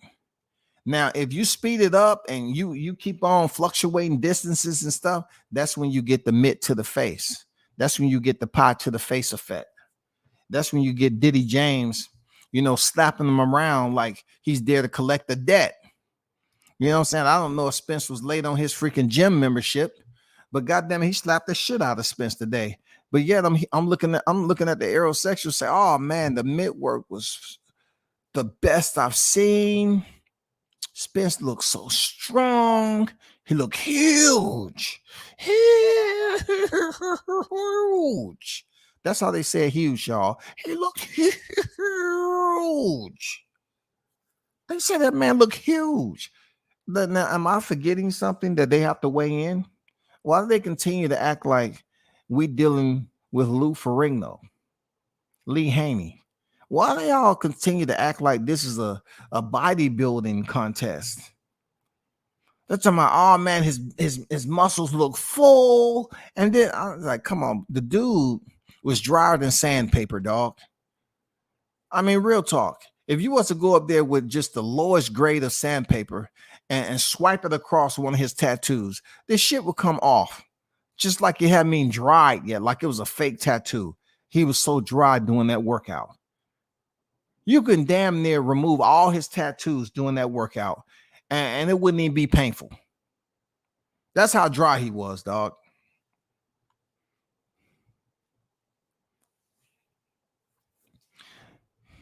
Mag Dog, another man putting hands on his man.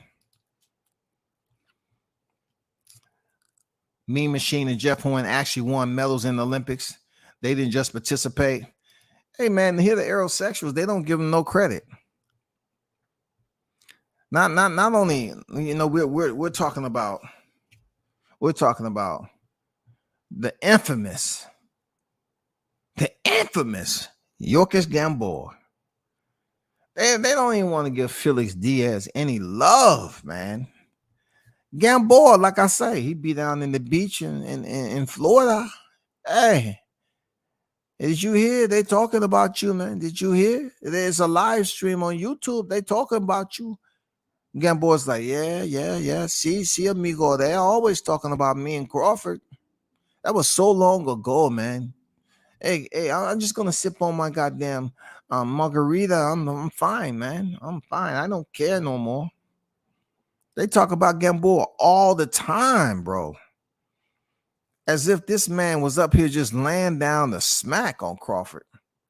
And Crawford had knocked him down several times. But you're talking about individuals who have these multi-personalities, Dan. You know what I'm saying? They have multi-personalities, bro. I talked about schizophrenia being an actual thing on here. A lot of these cats have multi-personalities. A lot of them, they see themselves blending in very nicely with all the other dysfunctional individuals that's up here, that know they looking at something that's not the, oh, okay, that's not right. They'll go up here and listen to somebody say it's right, and they would agree. Yeah, I agree with you. That it was right. Spence hitting the mitts. Oh, that's the best we ever seen. He looked huge. He looked in shape. You know what I'm saying? The best we ever seen him. That's a lie. If you go back to the Ugas open workout, he looked way better. He looked shredded. He walked with confidence. You know what I'm saying? He knew he was at the goal weight. The numbers was right. They was right where they should be.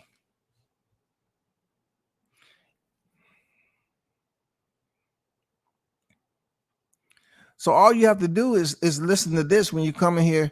Just understand, I got that magic stick now. I got that arrow that just go over your name and get you up out of here now. You know what I'm saying? Don't come over here hating now. You might get yourself ousted. You might get yourself ousted. You know what I'm saying? I'm all about impeachment over here. You know what I'm saying? I'm all about impeachment. Ugas was exposed at junior welterweight. He was never a top name until Spence tore his retina. The PBC PR machine is amazing. They are. They got the best matchmakers. You know what I'm saying? They got the best matchmakers. They have matched Spence up wonderfully. They must have knew when it came to his fans. You know what I'm saying? It's just like grabbing a paper plate and finding a rock, and you dump that rock on the paper plate, and that shit just bends and flex the paper plate and lands on your freaking pinky toe. I mean, who would have thought that would happen? Come on, man. That's how PBC was thinking when they was matchmaking Spence opponent. They don't care. They knew the rock was going to smash their pinky toe. They'll be back out the hills. They'll be back. You know what I'm saying? They was handing out paper plates, man. They was conditioning all these people believe the hype. And put that rock on there. Yeah, that's a big one right there. Just close your eyes, drop it on the plate, and it should hold. Cats walking around here limping with a broke ass pinky toe, all because they wanted to damn do the honor system over there. With the believe everything that was coming from that organization, because PBC is not a promotion. Mean Machine can crack. He goes for the gusto in his fight. He's a little underrated. He can crack, dog. Just ask Avanesian. Just ask Avanesian, can he crack? Ugas was literally a nobody. Even when Sean Porter close fight, nobody cared about Ugas or mentioned him like a contender at all. Yeah, I mean, I thought that Ugas fought a smart fight up until he started putting his arms up in the air like, look, we hear this all the time when it comes to Sean Porter, right? They'll say, Sean Porter, they keep on putting this, that he looked like crap against Sebastian Formella, when in fact, he pretty much fought and boxed Yordenis Ugas similar to the same way he boxed Sebastian Formella. He just performed to the level of his opposition. He cleaned every scorecard, and they say he looked like crap just because he didn't go in there and try to run through Sebastian Marshmallow. You know what I'm saying? They get mad because he didn't go in there and try to step on this dude. No, he just went in there and fought 12 rounds. He went 12 rounds with Spence. Why are you mad because he went 12 rounds with Sebastian Formella? He kind of fought Formella just like he did Ugas, bro.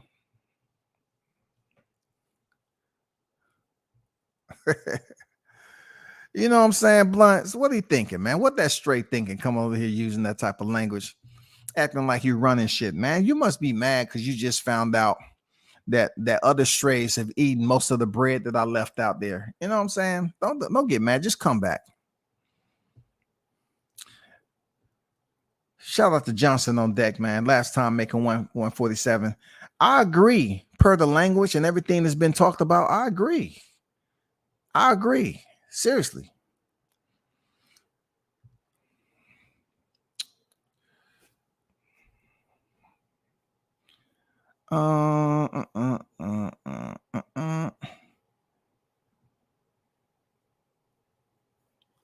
Shout out to the other stray on deck, man. I love these stray, man.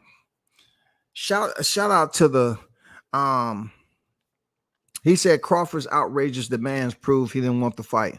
So if you look on your calendar, not your mental calendar, because you're not really used to using that above your shoulders, because obviously you wouldn't have left that dumb comment, right? So let's look at a physical calendar, the hard copy, the one that you probably have, magnet on the front of your freaking mini fridge, okay, in the basement.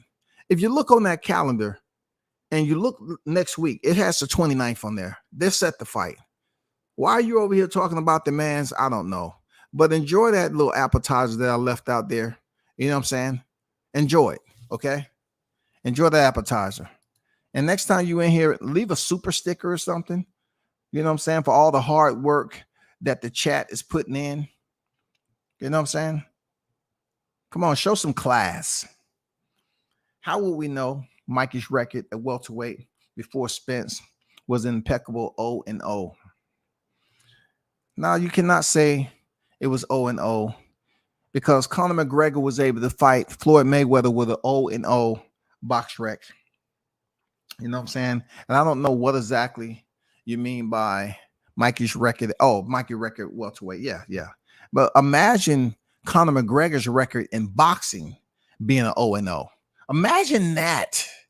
Imagine that, man. Just ponder the thought. This man was 0-0.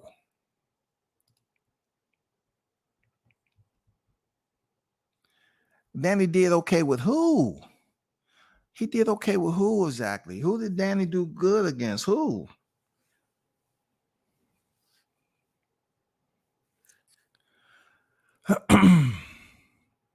Spence fans just not genuine with the talking points. Can't stay consistent. Bring up Keith Thurman's resume and ask them to keep the same standards for leftovers.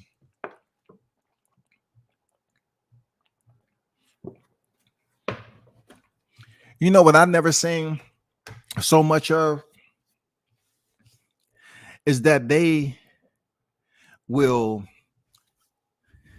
submit therapeutic waivers for fighters that Spence has stepped in the ring with who has losses already.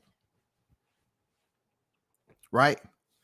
Only to booster, only to bolster, you know what I'm saying, the credibility of Errol Spence. I mean, he does have these puppets out here who love having that battery pack, nice and snug in their back.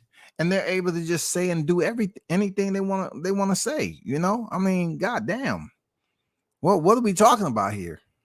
Y'all give passes to fighters that came over there with multiple losses, but all because they had a freaking championship belt.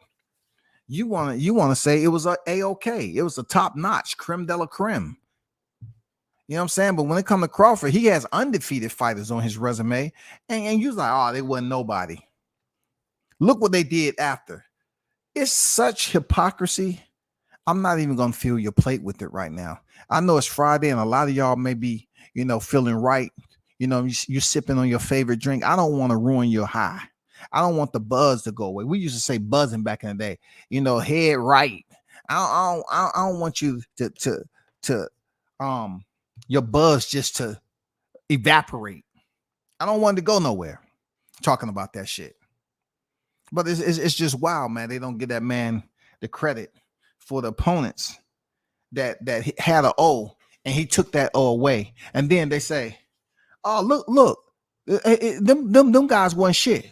Look at Victor Post. So he wasn't shit. Look at Yukis Gamboa. He wasn't shit. Look at all those losses. But listen, they'll turn right back around and say, well, Spence, when he fought them, they was never the same. They was never the same after they fought him. So isn't that the same example I was giving with the adjective and the noun? Like, dude, you say if Errol Spence beat him and they lose after that, that was never the same. But yet when Crawford does it, you turn around and say, oh, they was garbage. They was trash to begin with. Look at Julius Ndongo. Julius Ndongo was undefeated, man. Oh, look at Regis. Regis, he stopped him in 2 rounds. Crawford stopped him in 3. So does that mean that Regis is better than Crawford? I mean, what does that mean exactly? Because yes, Regis is a 2-time world champion in 140, but Crawford was undisputed. There's no denying that. I don't know why y'all keep on mentioning Showbiz in my chat, because I do know some of his people will come in here and try to put his name out there. I'm not going to continue to read that talking about him. You know what I'm saying? You know what I'm saying? I mean, I'm not going to continue to talk about that guy. For what? He's doing what he does. He ain't doing anything crazy. And when he say Jeff Horn was a champion, the goalposts get moved again to robbery. Yeah, absolutely. But a lot of people think Porter didn't deserve to win before the Spence fight either. But it's a goalpost moving again. Well, I didn't think Danny Garcia did enough, period. You know what I'm saying? I didn't think he did enough. You know, and listen, when Sean Porter won that title and Spence jumped in the ring talking about he wanted to be next and all this other shit, he just took Sean Porter. He just took Sean Porter's special moment away, because Sean Porter probably knew that was going to be the last title that he won in his career. But of course, Spence jumped in the ring and talking about, I want to fight you next and all that. And Sean Porter just had that look on his face like, oh, okay. And they didn't even fight next.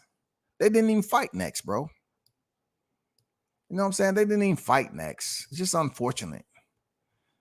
You know, he just sat up there and won the title, went in there and kept distance and fought at range with your Dennis Ugas, really never engaged him like that. And then he went in there with Errol Spence. Hey, man, it is what it is, bro. You know, he had to know that was going to be it for him. And when we say Jeff Horn, yep, read that. Manny got robbed. Spence and Bud lost out. Manny got robbed from who? Jeff Horn? If you're talking about Jeff Horn, have y'all ever asked yourself, if Manny Pacquiao would have beat Jeff Horn, who would have got the title shot with Manny Pacquiao at that time? Would Terrence Crawford would have been able to move up at that same time and fight a Manny Pacquiao if he would have beat Jeff Horn? But could it have been possible? With Terrence Crawford at that point in time, just like I spoke about earlier, if he was to move up and fight an older Pacquiao. Now, remember all the criticism that Crawford is getting right now for his resume. So imagine him moving up from 40 to 47 and fight Manny Pacquiao, who's coming off a win of Jeff Horn. Would Crawford get credit for just a win of Manny Pacquiao winning, right? Continue to have that championship, coming to the 147-pound division fighting Crawford. Would Crawford get credit for beating Manny Pacquiao if he was to get that opener into the 147-pound? Would he? Could he? Would he? Could he? I'm curious. Would he? Could he? Circular talking from Spence fans. It's not even fun debating them. I'm looking at the Fulton Inoue fan debate, and like, why can't Errol Spence be this logical? Because people look at Inoue, and there's no backstory to it. Inoue, there's no, he's a Japanese fighter, so the real boxing fans know who he is. They know what he's been able to accomplish in his career. And they know what Cool Boy Steph has done. But Cool Boy Steph, every now and then, he'll get online and talk. But it's hard to dislike Cool Boy Steph. I like his fighting style. He's shown he can box, and he's shown that he can fight and brawl it out on the inside. Him and Angelo Leo fought a damn good competitive fight. People, depending on who you ask, when it comes to Figueroa, they'll tell you what they tell you. You know what I'm saying? Brandon Figueroa, he felt that he won the fight and all this other shit. But at the end of the day, these two names right here, they're not going to get the same clash effect that we're seeing with two black fighters who's in the same division. We have a Japanese fighter, formerly undisputed bantamweight, who's moving up there to fight Cool Boy Steph for the first time. Unlike, Crawford and Spence, they've been campaigning, and it's familiarity with the fans. It's a backstory just based off people talking and talking and talking and talking and talking and talking. You know what I'm saying? But nobody's been talking about Cool Boy Steph them like that years. Man, I just can't wait to Inoue face Stephen Fulton. No, nobody was talking that shit. Manny struggled. Horn. Bud makes it look easy. Same Pacquiao that dropped Thurman. Bud is a whole nother level, and they about to find out next week. Yes, sir. Aqua Bud on deck. You know what I'm saying? Aqua Bud is in the building. My one question to you, Aqua Bud. Are you currently still holding that shark on the tip of your trident? Is he still wiggling around, or he's since passed away and he's been fried already? I'm just curious to know the update information on that. You know what I'm saying? Per the release. You know what I'm saying? I want to know if it's still moving around. Does it still have life? Or was he already gone and fed? You know what I'm saying? I think the Spence channels are realizing this fight is truly for real. I see them pumping out twice the videos, continue to discredit Bud, like that's going to help Spence in the fight. That's why I put what I put out here. I pay attention. They hate when I put that shit up there. They hate it. They just hate it. That's why I shove it in their face. You know what I'm saying? Look, it'll be people hit me at the DM. Why are you a Bud buddy? Why you a Bud sexual? Why are you doing this? Like I can't switch over and talk about other boxing. You know what I'm saying? I can talk about look, when I'm not on here, I'm looking at other boxing. I'm looking at MMA, BJJ, all these other. I'm looking at Flow Grappling wrestling tournaments. I'm looking at all that shit. I just choose to do what I want to do and talk about the big fight. And Terrence Crawford being a part of history again. I saw Manny handle Horn, but he was trying too hard to KO Horn. Manny Pacquiao should prove as an example as to why fighters should negotiate their worth. Because Manny's in his 40s, man. He's made millions, but yet he still come back to the square. When is it going to stop? Y'all hold on for a second.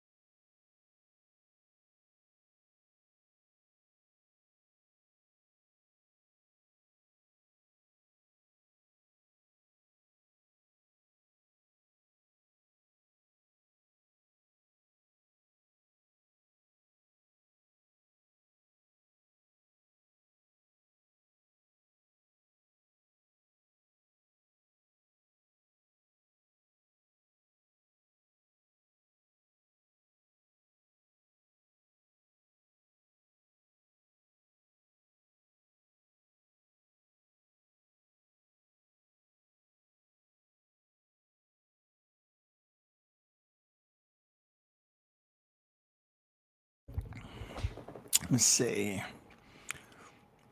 Spence looked mad drained during the workout. See, maybe you should have dropped him off some of that shark meat. I heard it has, a very thick fat composition to it. I think you would have filleted it just right and dipped it in some of that pure salt. You know what I'm saying? Get some nice Lowry seasoned salt in there with high sodium. Put that in there. That would have helped him kind of drop those extra 15 pounds that's left. You know what I'm saying? You would have fed him that shark meat doing his, after his open workout. You know what I'm saying? Then don't give it to his nutritionist. You should just say, hey, I got that shark meat for you. You eat the big fish, right? He would have ate it. Because he hungry. He hungry, the aqua boy. He hungry. He would have ate it. It would be an excuse. I should have been moved up. Bud Father Skeleton. Yeah, man, they're going to come up with all the excuses. You know what I'm saying? I'm telling you, Bud not get credit for this fight. We're going to keep it positive, man. I think he will. I think he will get credit. The only people that's not giving credit, what is their value to everything? You know what I'm saying? It's not one person that will encapsulate everybody's thoughts in boxing. It's just people always talking and gathering opinions and putting it all into one bucket, shaking it up. You know what I'm saying? I mean, that's what you're going to get in boxing talk. It's just all about who's listening to who. They're going to come here and tell me, oh, he should have moved up 154. No, keep the same energy that you gave him in the open workout. The media workout, give him the same energy. He's strong. He's tearing that heavy bag up. The UFC should have damn filed charges on him for hitting that bag like that. You know what I'm saying? They should have filed charges. Keep the same energy. Keep the same energy, people. Zimmerman Kenny Porter says Sean didn't train hard for Spence or Crawford. But what we know about Kenny Porter in the Crawford fight is that he showed up for that $4 million plus paycheck. You know what I'm saying? He did show up. And he cashed that motherfucker too.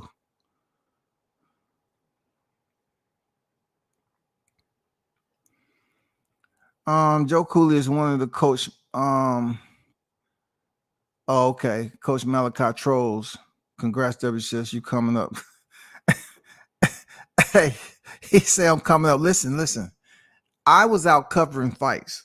Okay. I appreciate you, big dog. But listen, I'm used to going to fights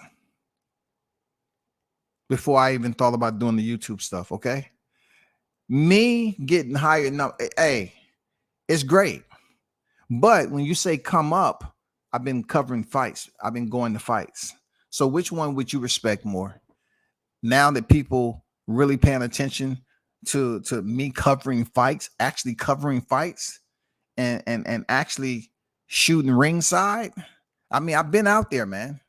To validate myself in boxing, I don't have to have 200 or 300 people on deck. I'm just using my voice and I'm talking about the sports, whether it be MMA, boxing, and so forth. But I appreciate you being in the building, though. But I'm straight, man. I appreciate people, tuning in. Real talk. Shout out to the supporters, man. It is what it is. I'm cool. I appreciate y'all. But I was covering fights. I was on Facebook. I wasn't even heavy over here. Tyrese said they're gonna say EJ built different. He the PBC version of the Wolverine, don't they? They were saying how he was all shredded up today. And I'm like, damn, he dry as hell.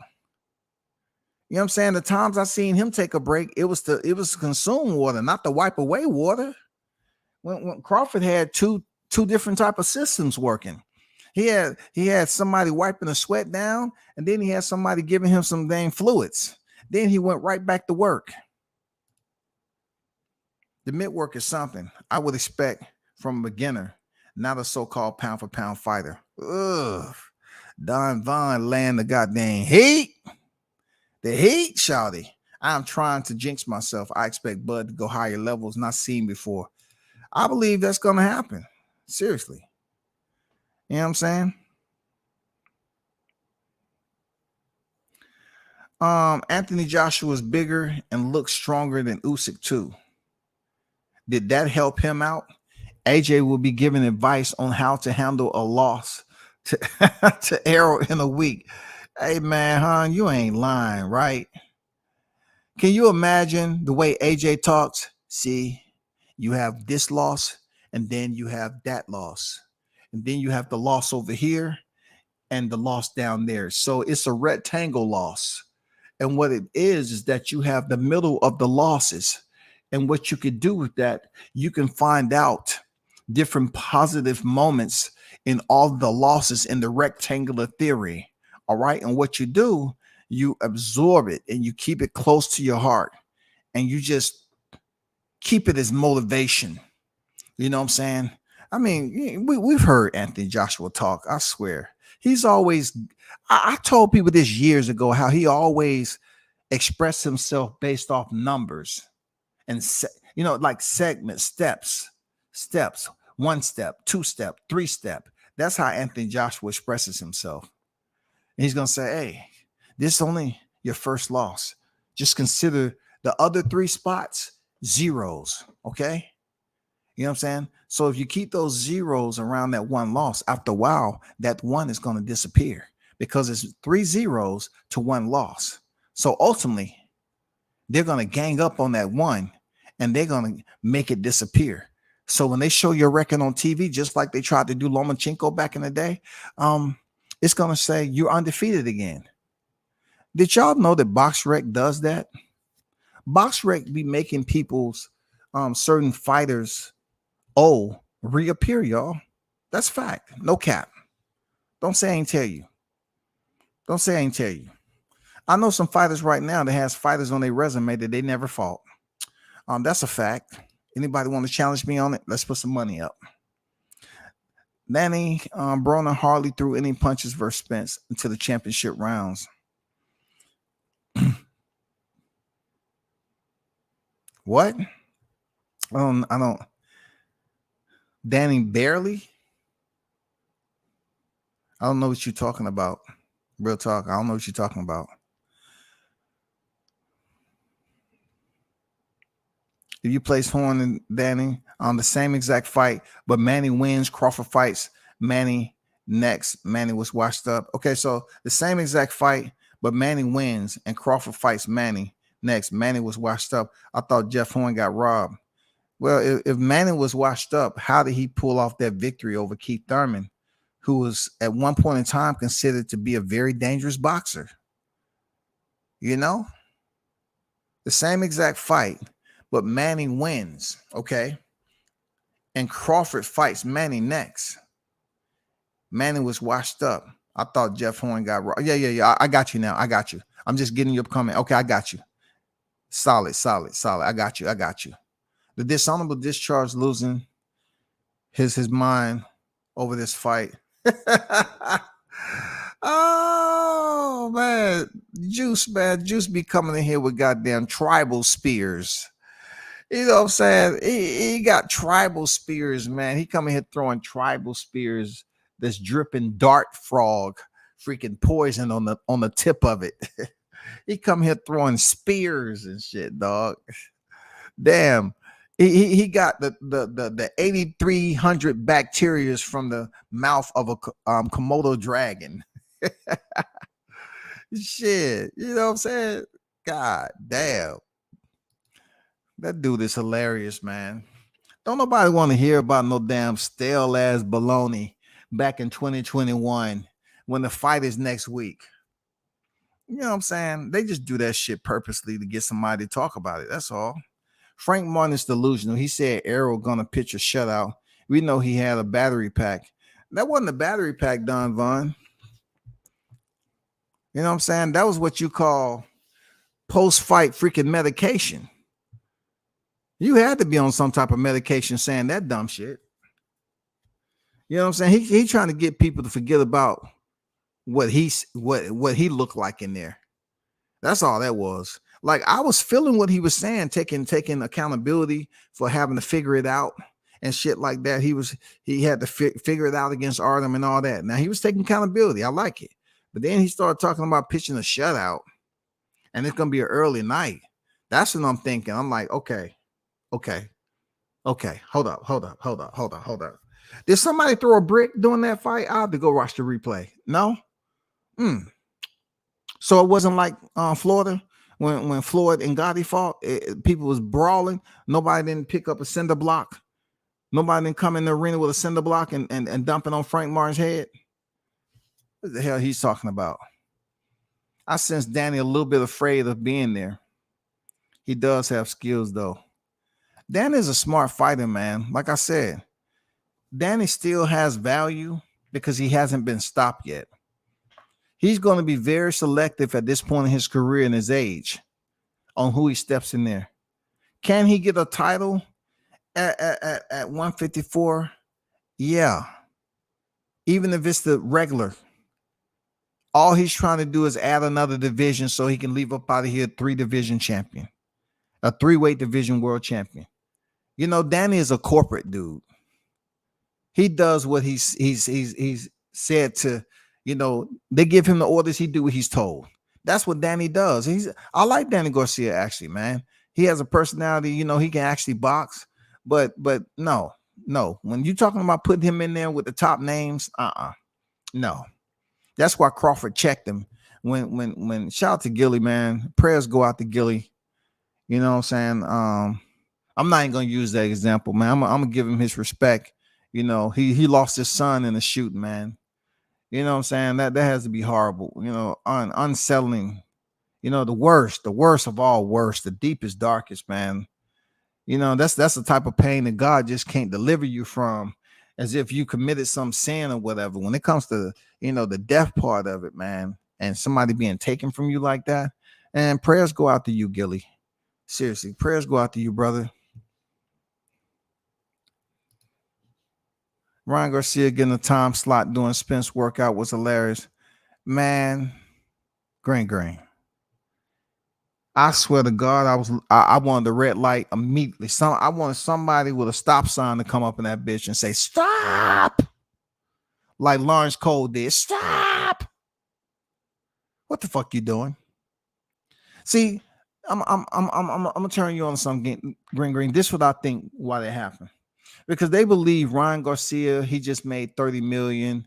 He's this high caliber fighter now. He's this high-end prize fighter. Because he was able to get 30 million off that fight. Suppose he made 30 million. So he's sitting happy, right?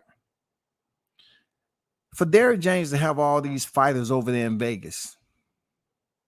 And I know that Frank Martin just came off a fight. I get it. But Ryan Garcia has absolutely nothing to do with anything. Did you see Anthony Joshua in there? No. Why would Ryan Garcia be over there? You just coming off a knockout loss where you looked up at the referee and then took back down. You couldn't even continue, but since you still have 10 plus million followers on IG and you made good money, they consider you to be a commodity in the sport of boxing. They consider you to be somewhat of a big deal.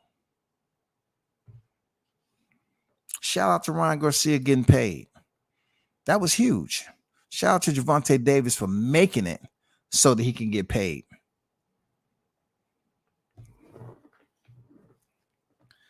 Yeah, man, they bring in Ryan Garcia, and I'm like, for what? What does he have to say? Who are you fighting next? You know what I'm saying? What do you got to do with anything? Who are you fighting next? How's it going over there in the furniture store? Did you pick out some clearance items? Are they gonna let you put it on freaking deferred payment plan? What did you pick out over there? Did you see any items that you liked? Is it going to be free delivery since you're Ryan Garcia? Come on, man. Yeah, that was sad to hear. Yeah, man. You ain't lying. That's unfortunate. That's real unfortunate. I'm not gonna lie. I mean, that's unfortunate, man. It's tough, bro. But we're close, and we're very close to seeing this play out, man. You know what I'm saying? Will it be his retirement celebration?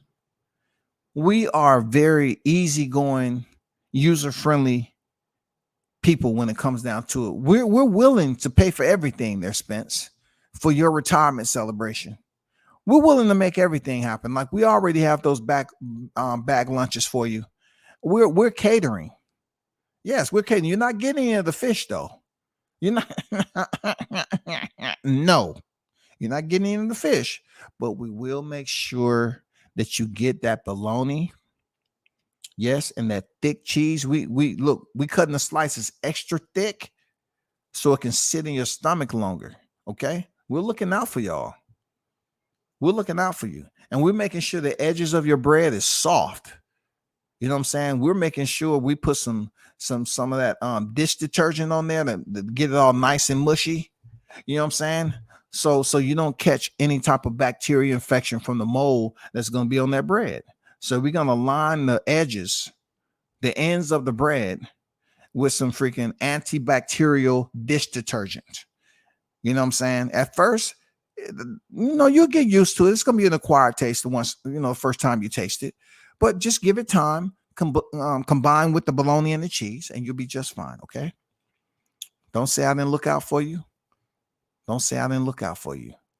But two-time undisputed.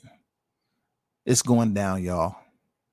As I said before, heavy is the head who wears the crown. Yes, sir, indeed. Heavy is the head who wears the crown. 39 and 030 coming by way of knockout. July 29th, T-Mobile Arena, Las Vegas. People, we are live. We are tick-tocking the time away all the way to next week, July 29th. It's going to be super packed over there. They say what goes down in Vegas stays in Vegas. Well, guess what? That beat down that's about to happen, it's not going to stay in Vegas. I'm just being honest. It's not going to stay in Vegas, y'all. That shit is going to be goddamn wildfire. Wildfire, goddamn it. The first place I'm going to go to the goddamn shoreline and not dare a motherfucking shark to swim his ass up there. I'm goddamn swinging on motherfuckers, man. I swear. Punch them dead in their mouth. Blow! Don't bring your ass up to this shoreline. You crazy? You losing your goddamn mind? Be punching sharks in their mouth. Bow! Take your ass back over there. Over there faking the funk. We're not doing that. We're not gonna do that.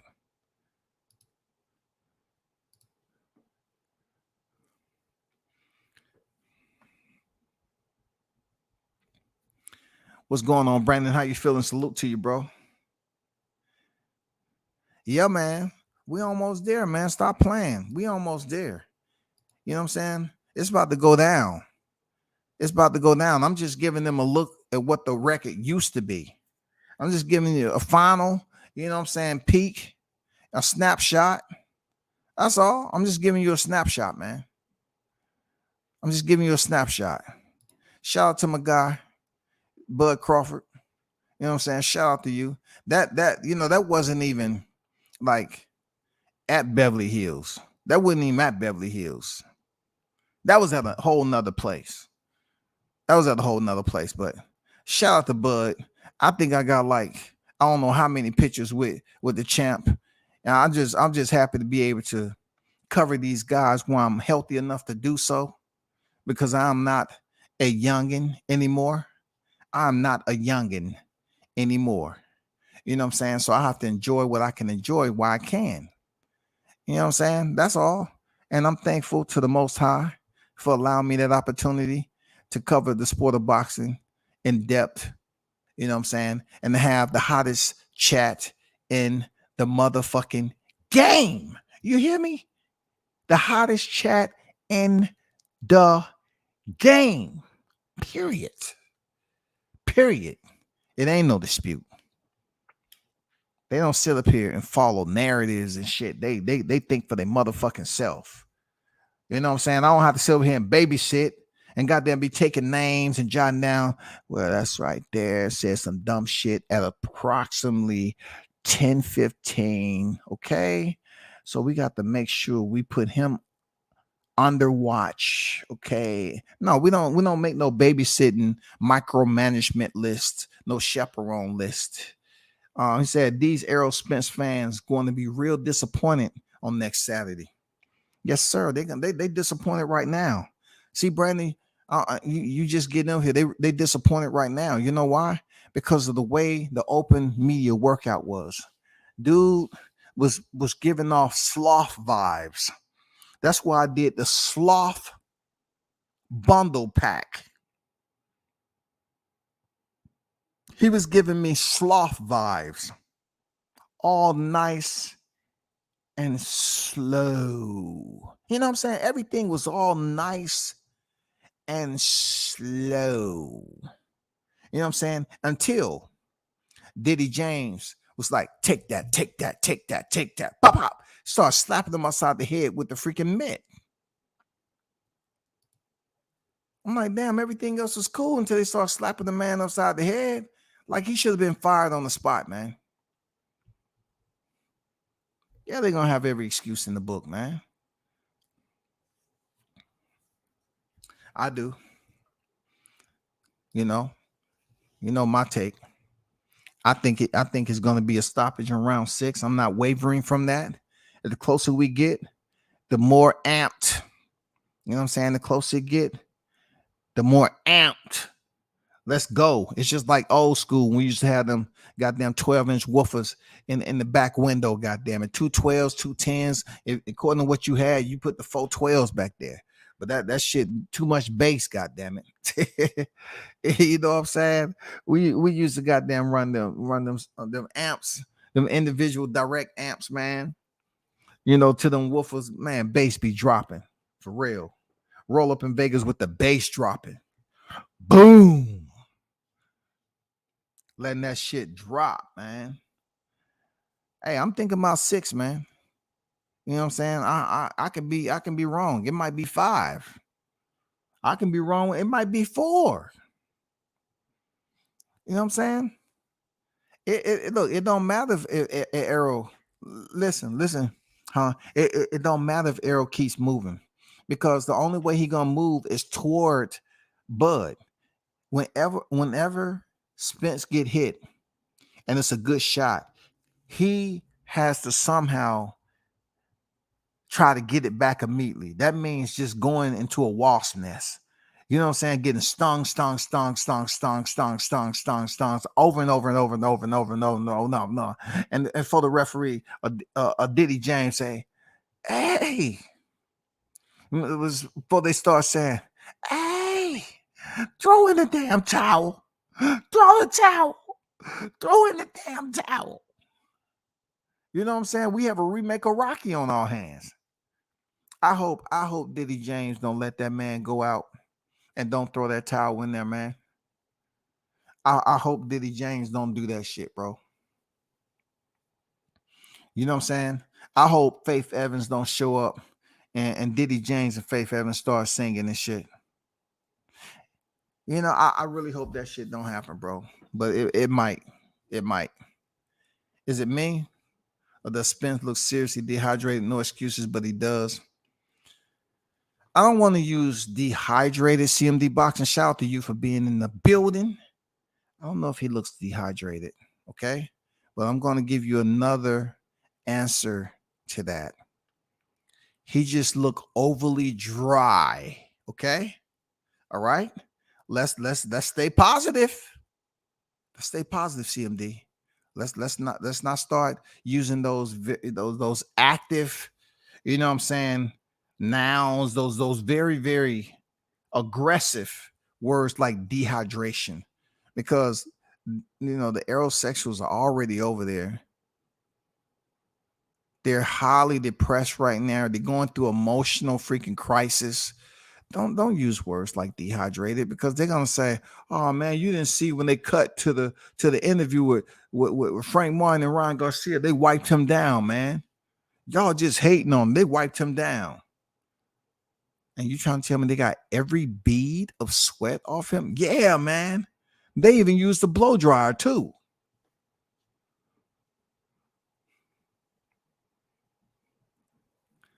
Regardless of who win or lose, I still gotta to work in the morning. Wow.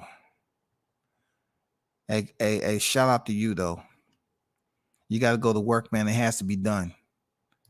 We will hold down the fort until your return. We will be here, crumbs and all. I can't say it's going to be some left over, but crumbs and all. We will be here feasting. Glory, glory, hallelujah. We're going to be here feasting. You know what I'm saying? We're going to be here feasting. The fish fry is in full effect. Diddy James going to be in tears looking at his boy getting hurt. Now I think Diddy James, he's gonna be looking at the paycheck. He's gonna say, "Is the check clear yet?" Man, I'm about to leave. Man, I know this guy wasn't ready. I told him to stay out the street. I'm Diddy James, bitch. Next time, do what I tell you to do. I'm about to go over here and train Anthony Joshua now. Shit, wasting my time. It was a good vacation in Vegas, but wasting my time. I'm Diddy James. Remember that. When I say go in the gym and practice more than 10 minutes, that's what I mean. Else I'm going to slap the fuck out of you with the mitts. I'm Diddy James, bitch. It's like a slowed down, punch drunk cadence that Derek and Errol both have perfected. It is, man, but they were saying that Diddy James was just moving so fluently. I'm saying, excuse me. Compromiso puto? Aquí. Why are you worrying about Derek James? He's not fighting. Oh man, he's switching stances. Did you see him? He's switching stances. And did you see Errol Spence, how he freaking adapted to the switch stance? That's what Crawford's gonna do. But he's not Crawford though, and Crawford's not gonna switch stances just because and moving around the ring like that, switching stances without throwing punches. Oh, you're right. You're smart, SA. I like you. You're smart, SA. I like that. You're right. Crawford's not going to be switching stances just for fun. What was I thinking? Sitting up there talking that bullshit. Derek James up there switching, dancing all around and shit. I'm looking for Hulk Hogan to come out that motherfucker. I'm looking for Vince McMahon. You know what I'm saying? I'm looking for Brock Lesnar to come up there and jump off the top rope or something. I'm like, is this a show? Like, where the Dudley Boys at? What are we doing? You know what I'm saying? Like, who are we gonna do a goddamn ladder match up in this motherfucker? Why is he moving like that? Wonder when Ron rematch Tank. Is Derek James gonna say Tank hasn't fought anybody? Good question. Because they have put that into the conversation a lot. But see, they're going to tread lightly on that Tank Davis because Tank is that type of dude who is a chameleon, a very vicious chameleon that blends in with the damn scenery. Oh, very vicious. You know what I'm saying? He's that vicious chameleon, man. You might see his eyes moving around, but it's just too late. God damn it, he done caught you with one of them left hands. It's over. I think Derek is gonna keep his motherfucking mouth shut because I seen them in there, and they're working on his defense. See, once again, Derek James has a predictability which I have informed the listeners of. His predictability is catching shots, blocking shots, blocking. What happened to freaking eluding, slipping? You know what I'm saying? What happened to that type of defense? I seen him patting Ryan Garcia down just like he was doing Spence today. He's reminding me of that little game that some kids used to play growing up called what's that? I'm older now. What? Patty cake. Bakers. You know what I'm saying? It seems like he's just popping them with the mitts and they just blocking and catching shots. I mean, where is the slip underneath? Where's the slip on the, like, what are we doing, man? If y'all don't know what I'm talking about, let me take you back to the patty cake media workout. Go tell it on the mountain, over the right and on the jaw. Go tell it on the mountain, for everyone will see.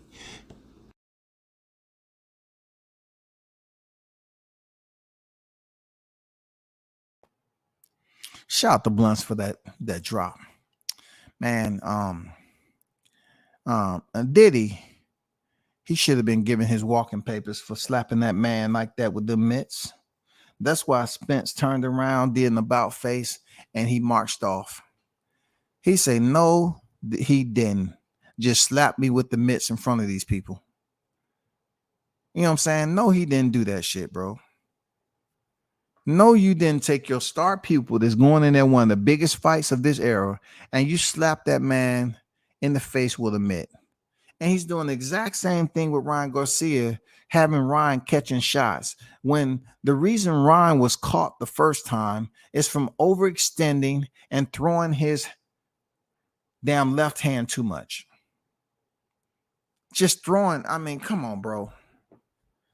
Come on, man. You did the same shit against Luke Campbell, and you went in there and did the same shit against Gervonta Davis, and he timed you.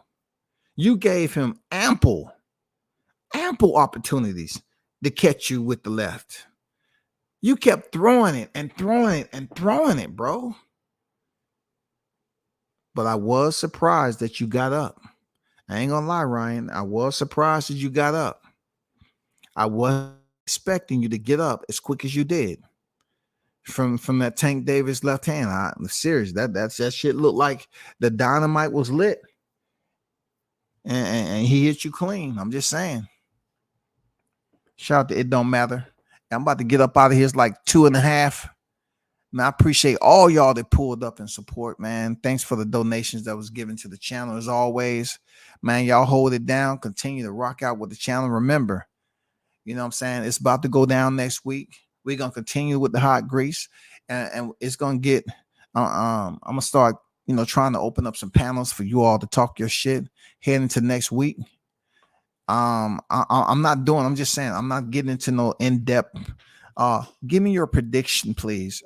Predictions to me, I've seen about 6,200 and 300, 6,200 and 48 million. You know what I'm saying? Predictions so far on the YTC on this fight. You had people giving predictions when the fight was initially announced. I'm like, why, dog? Why are you giving predictions? Just stay away from it, man. Don't nobody want to hear no predictions. They want to act like, oh man, that's my prediction. Look, they can say that Errol Spence threw 2 jabs in the 3rd round. See, listen, per my prediction, go back to my live. Go back to my live. I said that in the 3rd round, he was going to double up on the 1 and then send the 2 right down the middle. That's what he did. It was only 5 seconds left in the 3rd round. He did it, y'all. That was my prediction. I was spot on with that. What do you think about the knockout, though? Was that in your prediction? Did you see him get knocked out in 6? See, man, I'm not going through this, man. See, what happened, he was dehydrated. He had the accident. He had to make weight, and he's a natural 168-pounder. He should have just not fought and went up there and waited for Canelo. Seriously, man, he was too small for that weight class, too small. He was too drained. It wasn't healthy for him. None of that. Real talk, man. I mean, God damn it, bro. The truth be told, bro, I was looking out for his health, bro. It just didn't look good, bro. I was hoping the fight was going to be over, bro. You know what I'm saying? But hey, he'll live to fight another day, man. That's all I can say. And that Crawford guy, man, he got lucky. It was a fluke. But man, y'all hold it down. Till next time, I'm out.